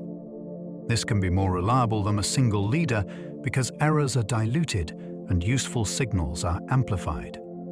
Human societies also depend on shared information, although our systems are far more conscious and symbolic. Social insects offer a simpler mirror. They show that intelligence can emerge when communication, feedback, and cooperation are arranged in the right way. Primate minds evolved in trees full of distance and danger. Life in the trees is mentally demanding. A branch may hold or break. A gap may be safe or too wide. Food may appear high above the ground, hidden among leaves, and available only at certain times. Early primates had to judge depth, grip surfaces, remember locations, and move through three-dimensional spaces with care. A mistake could mean a fall. This environment helped shape bodies and minds together. Flexible limbs, sensitive hands, and improved vision all supported arboreal life. The brain had to coordinate movement with perception in a complex setting. Social life added another layer, but the physical world of branches mattered deeply. Trees trained attention. They rewarded accurate judgment and punished careless movement. Even today, watching a monkey leap through a canopy shows intelligence in motion. The animal is not just moving. It is reading structure, calculating risk, and trusting a body shaped by millions of years above the ground. Grasping hands changed how primates explored the world. A hand that can grip does more than hold on. It can investigate.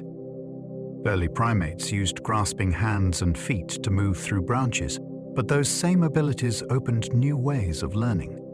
Fingers could test fruit, groom companions, handle insects, and manipulate objects.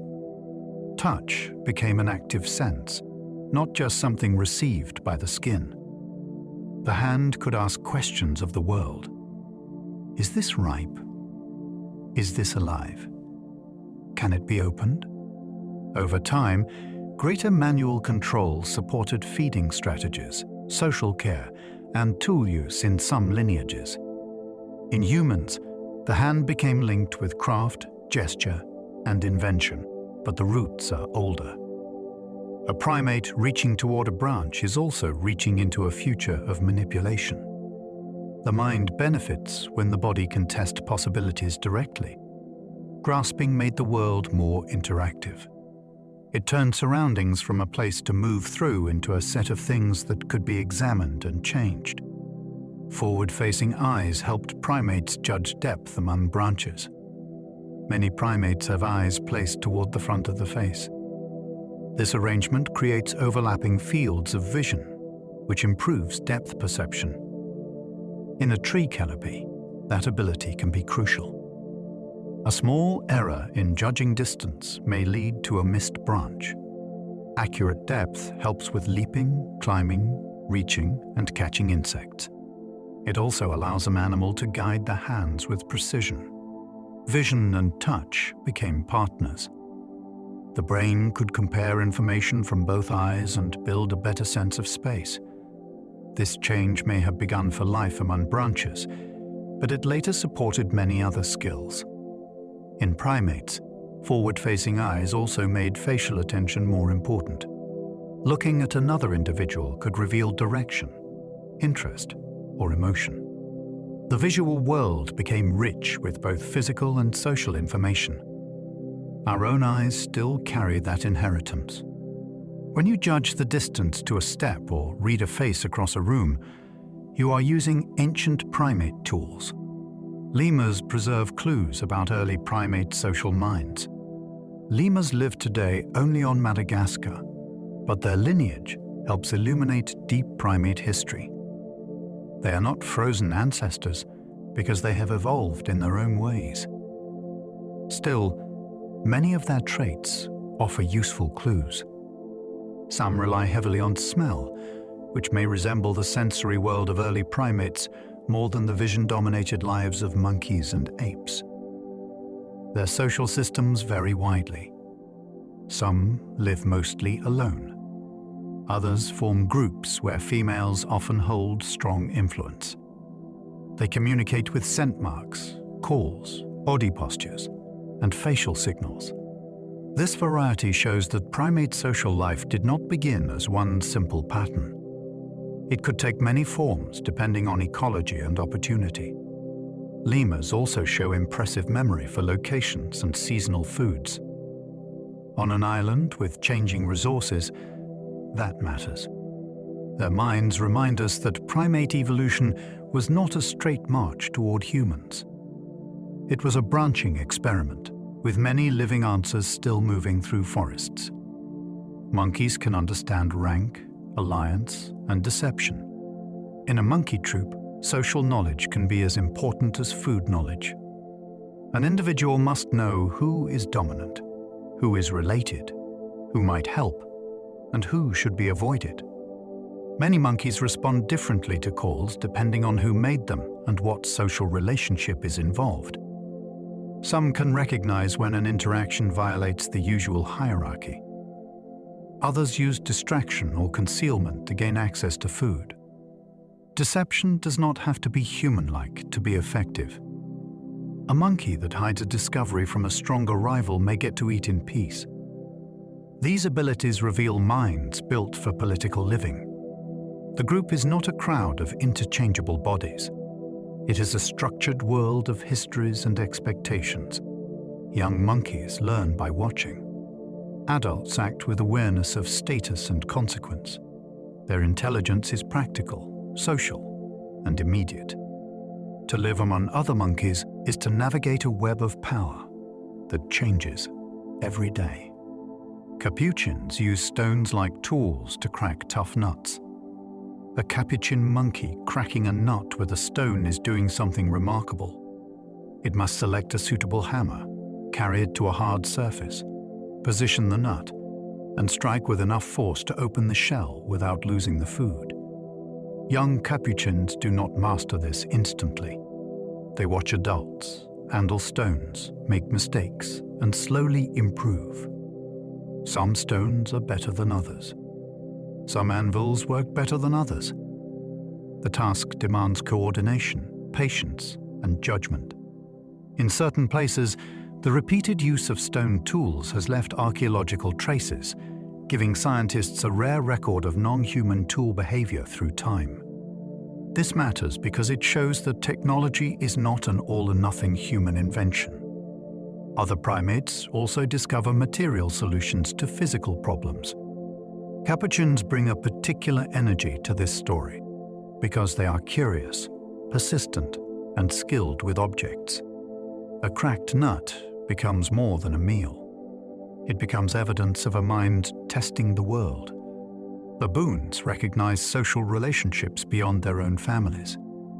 A baboon does not only know its own place in the troop, it can also track relationships between others. Researchers studying wild baboons have used playback experiments, where recorded calls suggest an unusual social event. For example, a call sequence may imply that a lower-ranking individual has challenged a higher-ranking one. Baboons often react strongly to these violations, which shows they understand more than isolated voices. They know the social order. They know family lines. They know what should normally happen. This level of awareness is powerful in a group where alliances and conflicts shape daily life. A baboon that understands third-party relationships can better predict danger, opportunity, and support. Its mind carries a social map, but extends beyond direct experience. The troop becomes a living network of connections. This ability feels familiar because humans also track who is close to who has influence, and who might take sides. Baboons show that such social mapping has deep primate roots. Ape brains expanded alongside longer childhoods and deeper learning. Among apes, growing up takes time. A young chimpanzee, gorilla, bonobo, or orangutan spends years learning what to eat, how to move, whom to trust, and how to behave. Longer childhoods are costly because dependent young require protection and care. But they also create a powerful opportunity. A developing brain can absorb skills slowly and flexibly. It can watch experts, practice difficult actions, and refine social understanding before full independence. This helps explain why large brains and extended youth often evolve together. Learning needs time to settle. In apes, childhood is not empty waiting. It is an apprenticeship in a complex world. Young animals learn feeding techniques, social signals, travel routes, and emotional rules. Their brains are shaped by experience as well as inheritance. Humans carried this pattern even further, with childhood becoming an unusually long period for learning. The seeds of that strategy can be seen in our closest relatives, where patience becomes part of intelligence.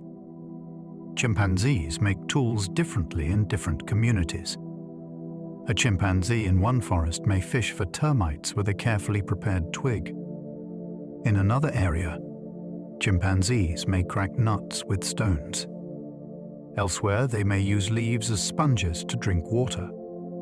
These differences are not explained only by genetics or habitat. Many are learned socially. Young chimpanzees watch older individuals and gradually adopt local methods. This creates traditions that vary between communities.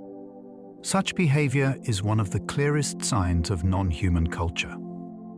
It shows that knowledge can have a local history. A tool technique can belong to a group, persist across generations, and distinguish one community from another. The tools themselves may be simple, but the learning behind them is profound.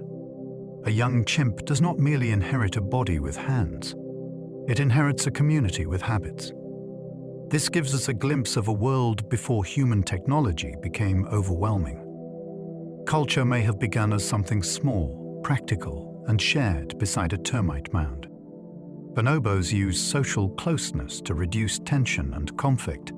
Bonobos are often compared with chimpanzees, but their societies follow different patterns. They tend to show lower levels of severe aggression, and females often form strong alliances that shape group life. Social bonding plays a central role in easing tension. Touch, grooming, play, and close contact help maintain relationships. When disputes arise, bonobos often repair social strain quickly. This does not make them peaceful saints. They still compete and have conflicts.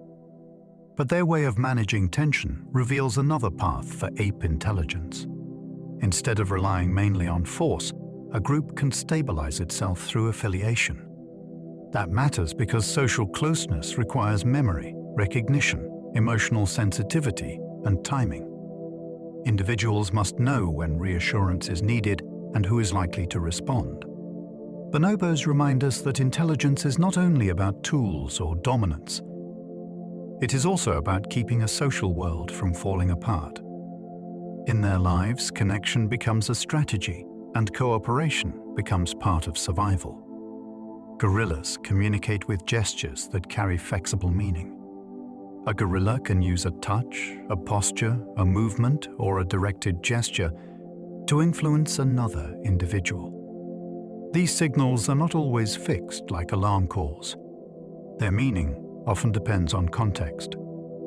A reach may invite play. A push may request movement. A display may warn others to keep distance. Young gorillas learn many gestures through social life, and adults use them with intention. They often look toward the recipient, adjust if the first signal fails, and choose gestures suited to the situation. This flexibility is important because it reveals a mind attentive to another's response. Communication is not just broadcasting. It is interaction. Gorillas also use vocal sounds, facial expressions, and body displays, but gestures give a special window into voluntary control. They show how meaning can emerge from the body before spoken language. When a gorilla gestures, it is not merely moving. It is trying to change what another mind understands or does. Orangutans can plan travel routes through forest canopies. High in the rainforests of Borneo and Sumatra, an orangutan moves through a world that changes in every direction. Fruit appears in scattered places, and it may ripen for only a short time. A heavy body must choose branches carefully, because travel through the canopy costs energy. Orangutans seem to plan with these pressures in mind. Wild males sometimes give long calls before moving, and other orangutans can use those calls to predict the direction of travel. This suggests that movement is not always decided moment by moment. It may be prepared in advance. An orangutan also remembers which trees have produced food before and when they may be worth visiting again. That memory can cover large areas of forest. Their intelligence is patient and spacious. It is not built around speed. It is built around knowing a living landscape well enough to move through it with purpose. In their slow journeys, planning becomes part of survival. Human minds evolved inside bodies built for endurance walking. The human brain did not evolve alone. It developed inside a body that was changing in powerful ways. Our ancestors became increasingly committed to moving upright across open ground. This brought new challenges and new opportunities. Walking on two legs freed the hands, changed the field of vision, and allowed travel over long distances with unusual efficiency. Humans are not the fastest runners, but we are remarkable endurance movers. Sweating, long legs, springy tendons, and steady breathing helped our ancestors cover ground for hours. That kind of life favored planning.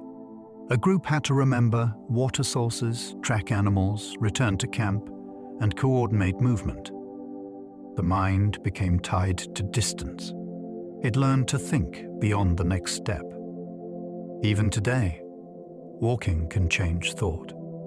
Ideas often loosen when the body moves. The ancient partnership between motion and cognition still lives in us. Our minds were shaped not in stillness, but on the move. Hands freed by upright walking became tools for thought. Once the hands no longer had to support the body during ordinary travel, they entered a new evolutionary role. They could carry food, hold infants, shape objects, and communicate intention. This was more than physical convenience. It changed how the mind interacted with the world. A hand can test weight, feel texture, twist a stem, strike a stone, or trace a gesture in the air. Each action gives feedback. Each feedback loop teaches the brain what is possible. Over time, manual skill and mental skill deepened together. Tool use requires attention, sequencing, and correction. Gesture can guide another person's focus before words are spoken. Even problem solving often feels easier when we move our hands.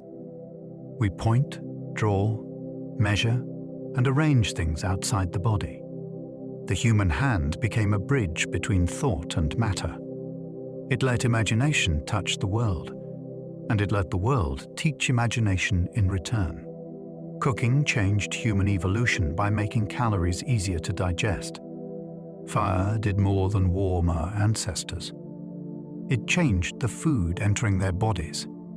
Cooking softened tough plants, breaks down fibers, kills many parasites, and makes starches and proteins easier to digest. This may have had enormous consequences. A brain is expensive tissue, and the human brain demands a steady flow of energy.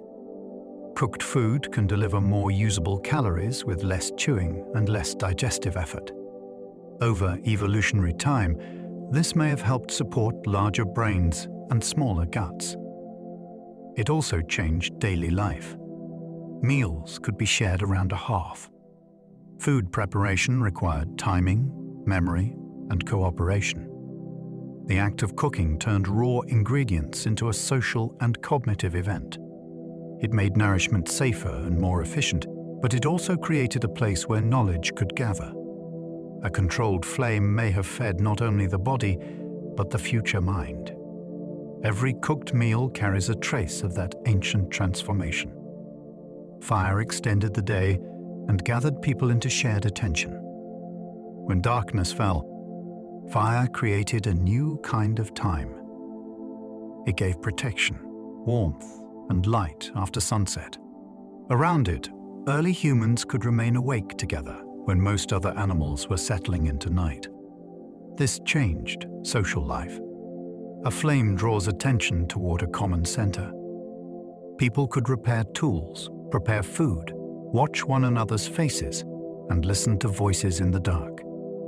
Some researchers believe firelit evenings may have supported longer conversations and richer storytelling. The practical power of fire is obvious, but its mental power is just as interesting. He created a shared space where memory could be rehearsed and knowledge could be passed on. It made the group visible to itself. In the glow of controlled fire, human beings had more hours to teach, bond, and imagine. Night was no longer only a time of danger. It became a setting where the mind could extend the day beyond the sun. Stone tools reveal planning minds older than our species. A shaped stone can look simple until you imagine making it. The maker must choose suitable raw material, strike it at the right angle, control force, and anticipate the shape that will emerge. Some ancient tools were produced by human relatives long before Homo sapiens existed. This means planning did not begin with us. It had deep roots in earlier minds. A stone tool preserves a sequence of decisions in durable form. Each flake scar marks a moment when a hand and brain worked together. Some tools were carried away from the places where the stone was found, which suggests foresight. The maker knew the object would be useful later. That is a powerful mental step. Archaeology lets us see thought after the thinker has vanished. A hand axe or cutting flake is not just an artifact. It is the fossilized result of attention, skill, and expectation. Stone became the first long-lasting record of intelligence. Ancient tool-making required memory, patience, and learned precision. To make a reliable tool, an early human or close relative had to remember more than a single action. The process required a chain of steps. The stone had to be held correctly. The striking point had to be chosen. The next blow depended on the result of the previous one. Failure could ruin the piece. Learning such a skill likely demanded observation and practice. Young makers would have watched experienced individuals, then tried awkwardly until their hands learned the rhythm.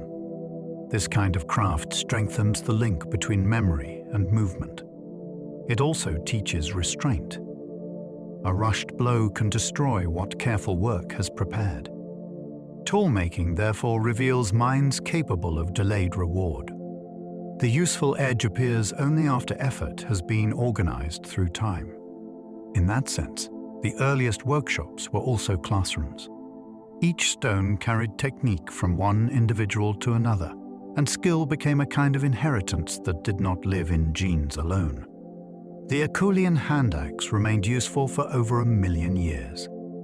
Few human inventions have lasted as long as the Herculean hand axe. These teardrop-shaped tools appeared more than 1 million years ago, and remained in use across vast stretches of time. Their endurance is astonishing.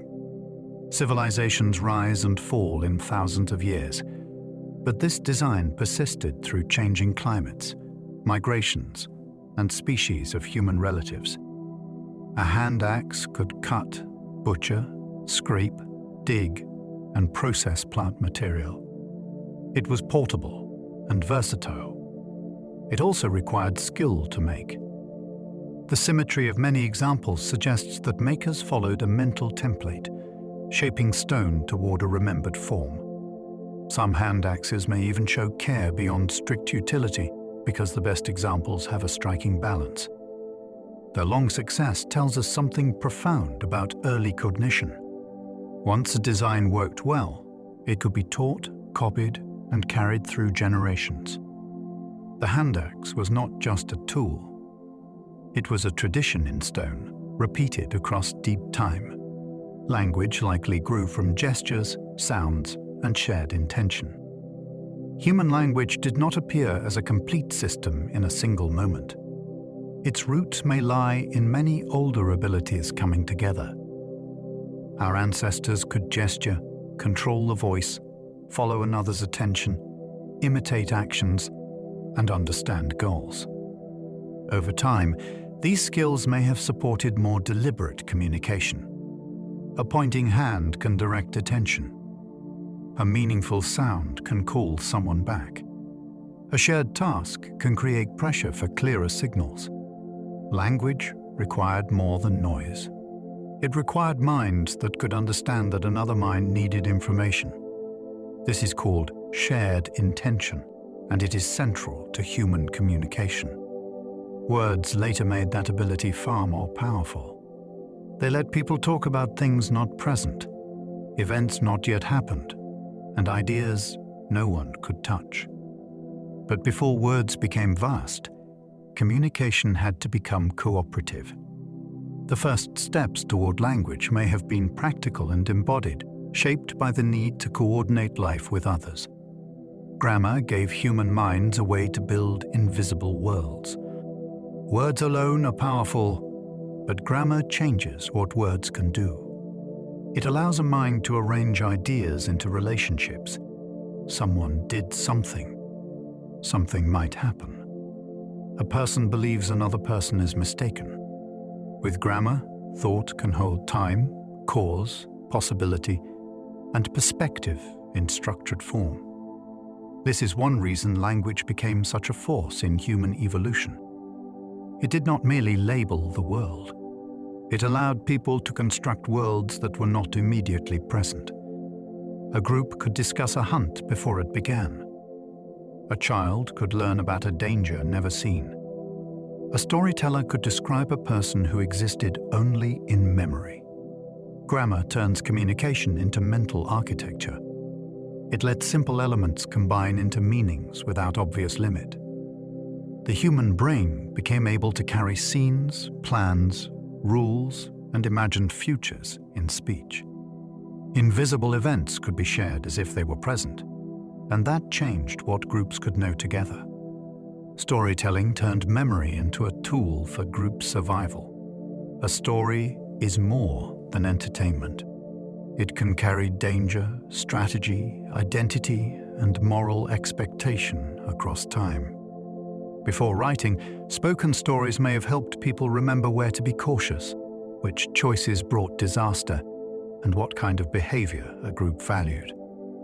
A direct instruction can fade quickly, but a story holds attention. It gives information a shape the mind can revisit. Characters make consequences easier to feel. A remembered event becomes useful to people who never lived through it.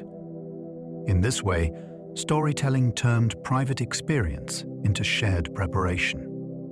It also helped groups bind themselves together. People who remembered the same stories could carry a common past, even when they had different personal lives. The power of narrative lies in its ability to make memory portable. A tale told beside a fire could influence decisions years later. Human minds became storytelling minds because stories help knowledge survive the death of the moment. Music may have helped early humans bond before complex speech.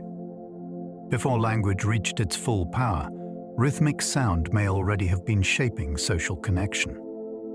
A group that sings, chants, or moves together can begin to feel coordinated.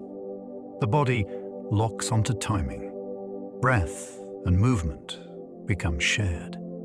This may have helped early humans strengthen bonds, soothe infants, mark rituals, and signal unity. Music engages emotion with unusual force. It can calm, excite, focus, or synchronize a group without needing detailed explanation. That makes it a fascinating candidate for an ancient social tool. Mothers across cultures use melodic vocal sounds with babies, and infants respond strongly to tone long before they understand words. Work songs, dance rhythms, and communal singing may have helped people act together with greater trust. Music is not only decoration added to life after survival was secured. It may have helped make human cooperation feel natural. Long before a sentence carried an argument, a shared rhythm may have carried belonging. Rhythm connects movement, emotion, and social coordination in the brain. A beat does something unusual to the body. It invites prediction. Once rhythm begins, the brain starts preparing for the next pulse before it arrives. That prediction can guide movement, from tapping a foot to dancing in a crowd. Rhythm also affects emotion, because timing patterns can create tension, release, excitement, or calm. In social settings, moving together can increase feelings of connection. Soldiers march, dancers synchronize, and audiences clap in time because shared rhythm turns separate bodies into coordinated action. The neural systems involved include hearing, movement planning, attention, and reward. This makes rhythm a meeting point between body and mind. It may have supported early cooperation by helping groups act as one. A shared beat can organize labor, ritual, celebration, and comfort. Its power is not mysterious when seen through evolution. Rhythm helps brains predict together. When prediction is shared, people can move, feel, and respond as part of something larger. Laughter became a social signal long before modern jokes. Laughter is older than comedy. Great apes produced play sounds that resemble laughter during tickling or rough-and-tumble interaction. Human laughter likely grew from similar roots. Its first job may not have been responding to clever remarks. It may have signaled safety during play. When young animals wrestle, they need ways to show that biting, chasing, or grabbing is not serious attack. Laughter-like sounds can help keep the interaction friendly. In humans, laughter became more flexible. It can ease tension, show agreement, invite closeness, or soften embarrassment. It spreads quickly because it is deeply social. People often laugh more in company than alone, even when nothing especially funny has happened. This reveals its older purpose. Laughter helps regulate relationships. It tells others that a moment is safe, shared, and understood. A joke may trigger it, but the sound reaches deeper than humor. It belongs to the ancient language of play, trust, and social relief. Tears may have evolved to invite care without words. Human emotional tears are unusual. Many animals produce tears to protect the eye, but humans also cry in response to grief, pain, relief, or overwhelming feeling. The visible tear may serve as a social signal. It blurs aggression, lowers the appearance of threat, and invites support. A crying face can communicate need before a person can explain it. This would have mattered in a species that survived through care. Infants cry audibly to bring adults close. Adults, too, sometimes need help that cannot be secured by strength alone. Tears make vulnerability visible. They can change the behavior of observers by awakening concern or reducing conflict. This does not mean crying is strategic in a cold sense. It often arises beyond conscious control. That may be part of its honesty. A signal that is hard to fake perfectly can carry emotional weight. Tears show that the evolution of mind includes not only thought and planning, but the biology of being helped. Faces became emotional maps that humans learned to read quickly. A human face can change in a fraction of a second, and other humans are built to notice.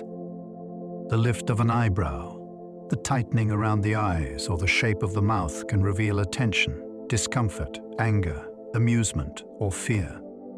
Reading these signals quickly would have been valuable in close social groups. A sudden expression might warn of danger.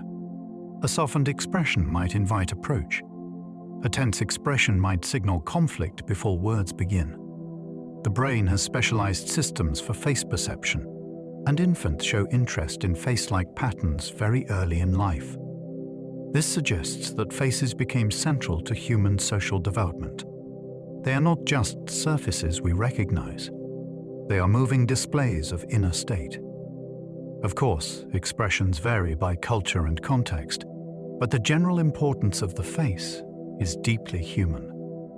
We look there for intention. We search for approval. We sense trouble before it is spoken. The face became a screen of social information. Babies are born ready to study voices and faces. A newborn arrives helpless in many ways, but not empty. From the beginning, babies are drawn toward human signals. They prefer face-like patterns. They recognize the rhythm of a familiar voice. They respond to speech sounds, eye contact, and emotional tone. This readiness matters because human infants depend on care for a long time. Their survival depends on connection. A baby who attends to caregivers can begin learning the social world immediately.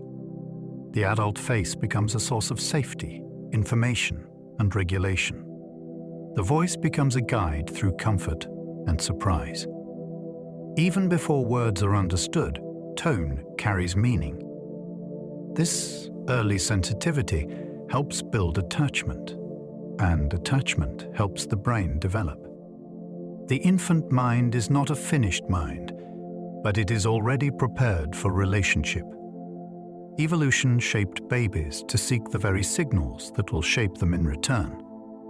Every gaze between infant and caregiver is part of the ancient machinery of human becoming.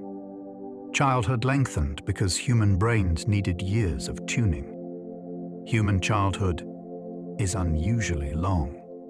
Compared with many animals, we spend years dependent on care, protection, and teaching.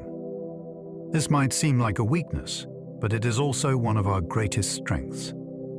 A long childhood gives the brain time to adapt to the world it is born into. Human environments vary enormously, and no single set of instincts could cover every possibility. Children must learn language, tools, social rules, food knowledge, emotional control, and local customs. Their brains remain highly plastic, which means experience can shape neural connections over many years. This extended period also allows adults and older siblings to transfer knowledge. A child is not merely growing larger. A child is being tuned. The mind becomes fitted to a culture, a landscape, and a network of relationships. Evolution traded early independence for deep learning. The result is a species whose young are vulnerable for a long time, yet capable of extraordinary adaptation. Grandparents may have helped human minds inherit more knowledge. In many animals, reproduction marks the central measure of evolutionary success. Humans are unusual because older adults can play vital roles long after their own children are born. The grandmother hypothesis suggests that post-reproductive adults may have helped descendants survive by providing food, care, and knowledge. An experienced elder knows where resources appear in difficult seasons. They may understand social histories, dangers, remedies, and skills that younger adults have not yet mastered. This matters for minds because it extends learning across generations. A child can receive knowledge not only from parents, but from people who have lived through many cycles of change. Older adults also allow parents to share the burden of care, which may support longer childhoods and more learning. Human intelligence is often imagined inside one skull, but its survival depended on networks of teaching. Grandparents and elders may have turned memory into a family resource, letting wisdom outlive the strongest years of the body. Cooperation shaped intelligence as strongly as competition did. The story of evolution is often told as a struggle, but human intelligence also grew through partnership. A lone person is vulnerable. A group can share food, defend children, coordinate travel, and solve problems that no individual could manage alone. Cooperation requires mental skill. You must understand goals, remember favors, detect cheating, share attention, and control impulses. Trust becomes a survival tool. Fairness becomes practical. Teaching becomes powerful. Groups that cooperated well could carry knowledge, divide labor, and adapt to changing conditions. Competition still mattered, both between individuals and between groups. Yet cooperation created possibilities competition alone could not reach. It turned many minds into a larger system. Human beings became brilliant, not only because we could outthink rivals, but because we could think with one another. Every shared plan carries that legacy. Intelligence did not grow only in the sharpened edge of conflict. It also grew in the open hand, the offered signal, and the common task. Shared attention let humans teach things no one could see. A teacher and learner must first meet in the same mental place. Shared attention makes that possible. One person looks, points, gestures, or speaks, and another understands the focus. At first, this may involve visible objects: a stone, a footprint, a flame. But human shared attention became powerful enough to move beyond the present. People could direct each other toward things absent from sight. Tomorrow's journey, yesterday's mistake, a hidden animal, a rule that exists only because the group agrees to it. This ability is a foundation of teaching. It lets knowledge travel from one mind to another with precision. Many animals can follow cues, but humans became extraordinary at building common focus around invisible meanings. Once that happened, learning changed forever. A child did not need to discover every danger personally. An adult could guide attention toward what mattered before the child experienced it. Shared attention became a doorway through which culture entered the developing mind. Imagination allowed minds to rehearse futures before risking action. A mind that can imagine is not trapped in the present. It can test possibilities before the body commits. This is one of the most powerful abilities in human evolution. An ancestor could picture a route, anticipate another person's reaction, or consider what might happen if a tool broke.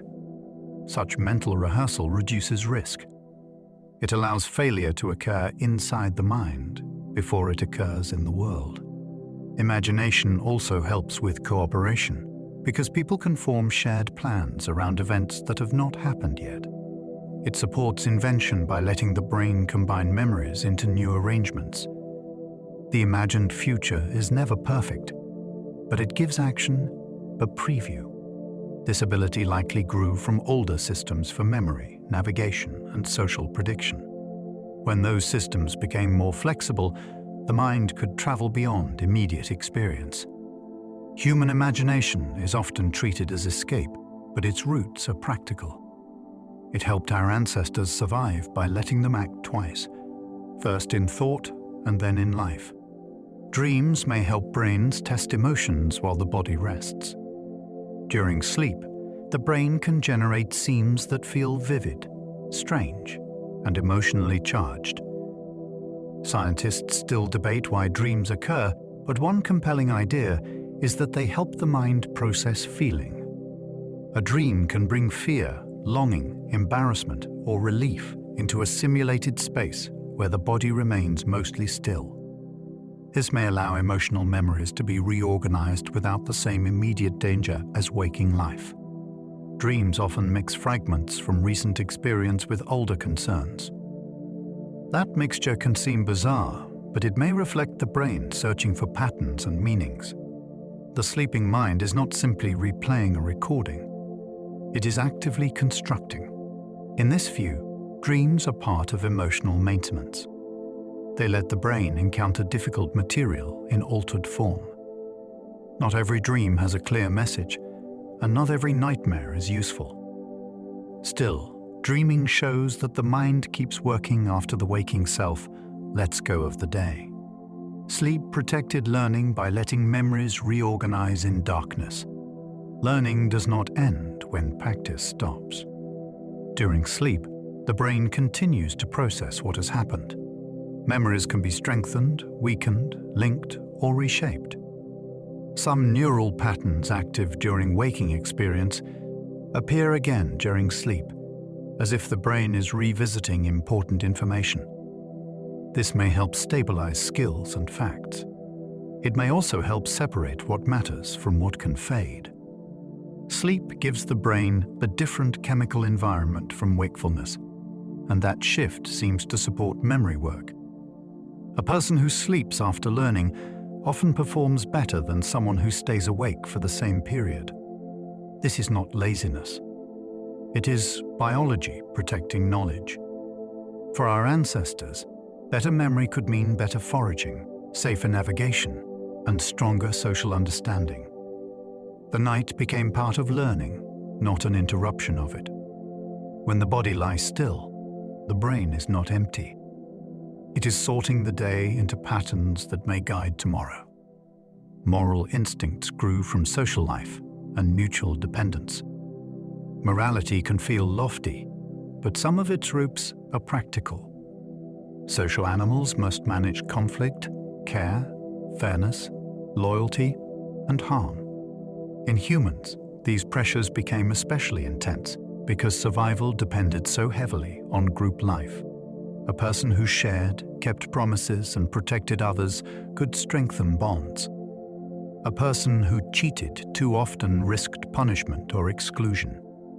Over time, emotional systems such as guilt, gratitude, anger at unfairness, and concern for suffering may have helped regulate behavior. These feelings do not create perfect goodness, and cultures vary widely in moral rules. Still, the basic human sensitivity to right and wrong likely grew from the need to live together. Moral thought later became wrapped in language, law, and philosophy, but the first seeds were emotional and social. We care about what others do because our ancestors depended on one another. The moral mind is not separate from evolution. It is one of its most intimate social inventions. Religion may have emerged from pattern-seeking and social bonding. Human minds are excellent at finding meaning. We detect agency, remember unusual events, ask why things happen, and seek order during uncertainty. These abilities are useful, but they can also lead the mind toward invisible causes and sacred explanations. Religion likely has many roots rather than one. Pattern-seeking may have encouraged beliefs about unseen forces. Social bonding may have strengthened shared rituals. Fear of death may have made afterlife ideas emotionally powerful. Moral life may have been supported by beliefs that actions were witnessed beyond ordinary society. This does not reduce religion to a mistake. It shows how deeply it is woven into human cognition and community. Across cultures, sacred stories and practices have helped people endure hardship, mark life transitions, and feel connected to something larger than the individual. From an evolutionary view, religion reveals the mind's hunger for meaning and belonging. It is one of the most influential expressions of our social imagination. Writing gave minds an external memory that could outlive bodies. For most of human history, knowledge lived in brains and voices. Then marks on clay, bone, stone, and later paper changed everything. Writing allowed information to survive beyond the memory of any speaker. A debt could be recorded. A law could be preserved. A story could cross centuries. This transformed the human mind by giving it an outside storage system. People no longer had to hold everything in memory. They could consult records, compare accounts, and build knowledge across generations with greater precision. Writing also changed thought itself. It encouraged analysis, lists, formal arguments, and complex administration. A written symbol is small, but its consequences are enormous. It lets the mind place an idea outside itself and return to it later. It also lets strangers communicate across time. The dead can instruct the living. The distant can speak to the future. Writing did not replace memory, but it extended memory beyond the limits of flesh. Cities created new mental worlds of strangers, rules, and symbols. For most of our evolutionary past, humans lived in small groups where many people knew one another directly. Cities changed the scale of social life. Suddenly, daily existence involved strangers, specialized labor, markets, officials, laws, and shared symbols. A person had to navigate identity beyond face-to-face familiarity. Trust could be supported by coins, seals, contracts, uniforms, and institutions. This demanded new habits of mind. People learned to cooperate with those they did not personally know. They followed rules that applied across large populations. They imagined themselves as part of a community too big to see at once. Cities also concentrated innovation. Craftspeople, traders, priests, administrators, and storytellers could exchange ideas rapidly. The urban mind had to read signs, status, and systems. This was not a new species of brain, but it was a new cognitive environment. Cities turned human social intelligence toward crowds, records, and organized complexity. They made thought live at a larger scale. Modern brains carry Stone Age instincts into digital environments. The brain in your head was not shaped for glowing screens, endless notifications, or global conversations with invisible strangers. It was shaped for bodies, faces, local groups, immediate threats, and scarce information.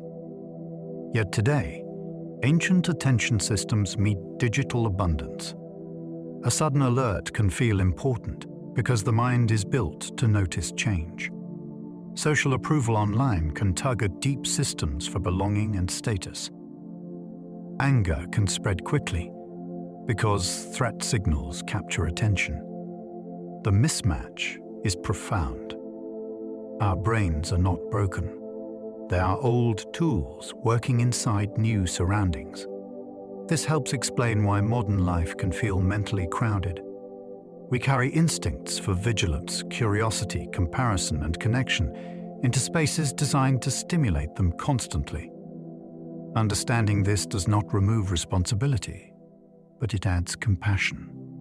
The mind is adapting in real time to an environment evolution did not prepare it for. Inside every modern habit, there may be an ancient survival system trying to do its job. The evolution of minds is still unfolding inside culture today. Evolution did not stop when humans began writing, building cities, or using machines. Biological change continues slowly, but cultural change now moves with astonishing speed. Every generation grows up inside a different mental environment from the one before it. New tools alter attention. New social systems change identity. New knowledge reshapes what children learn to expect from the world. Culture does not rewrite the brain's ancient foundations overnight, but it can tune them in powerful ways. Literacy changes visual and language networks. Education trains memory and reasoning. Technology changes how people search, communicate, and remember. The mind is therefore both ancient and current. It carries inheritances from deep time while being shaped by the habits of the present. This is the remarkable final turn in the story. Minds evolved enough to create cultures, and cultures now help shape minds. The process is not finished. It is happening in classrooms, homes, screens, and conversations right now. And so we come to the end of our journey through the evolution of minds. We began with the earliest stirrings of awareness, when life first learned to sense the world and respond. From there, we followed the slow rise of nerves, brains, memory, fear, curiosity, and play. We moved through ancient seas, forest canopies, coral reefs, and human gathering places, watching intelligence appear in many forms. We met creatures that navigate by electricity. We saw birds plan, elephants remember, insects cooperate, and octopuses solve problems with bodies so different from our own. We traced the long path toward human thought, through tools, fire, language, music, stories, and the shared knowledge that passes from one generation to the next. And somewhere inside all of that, we found a quiet truth. The mind is not separate from nature. It is nature, slowly learning to look back at itself. So now, let that thought settle softly. There is nothing more you need to follow, nothing more you need to hold. Let the facts drift apart, like small lights fading into distance. Let your shoulders loosen. Let your breathing find its own easy rhythm. The long story of the mind can rest now, and so can you. If you enjoyed this gentle journey, you're welcome to like, subscribe, or leave a thought below. It helps others find their way here too. And if you happen to still be awake, another quiet exploration should be waiting on the screen, ready to carry you onward whenever you like. But for now, allow the day to fall away. Let your thoughts grow slower. Let your body feel heavy and safe. Across deep time, life has been learning, remembering, and dreaming. Tonight, you can simply rest within that story. Sleep well, and good night.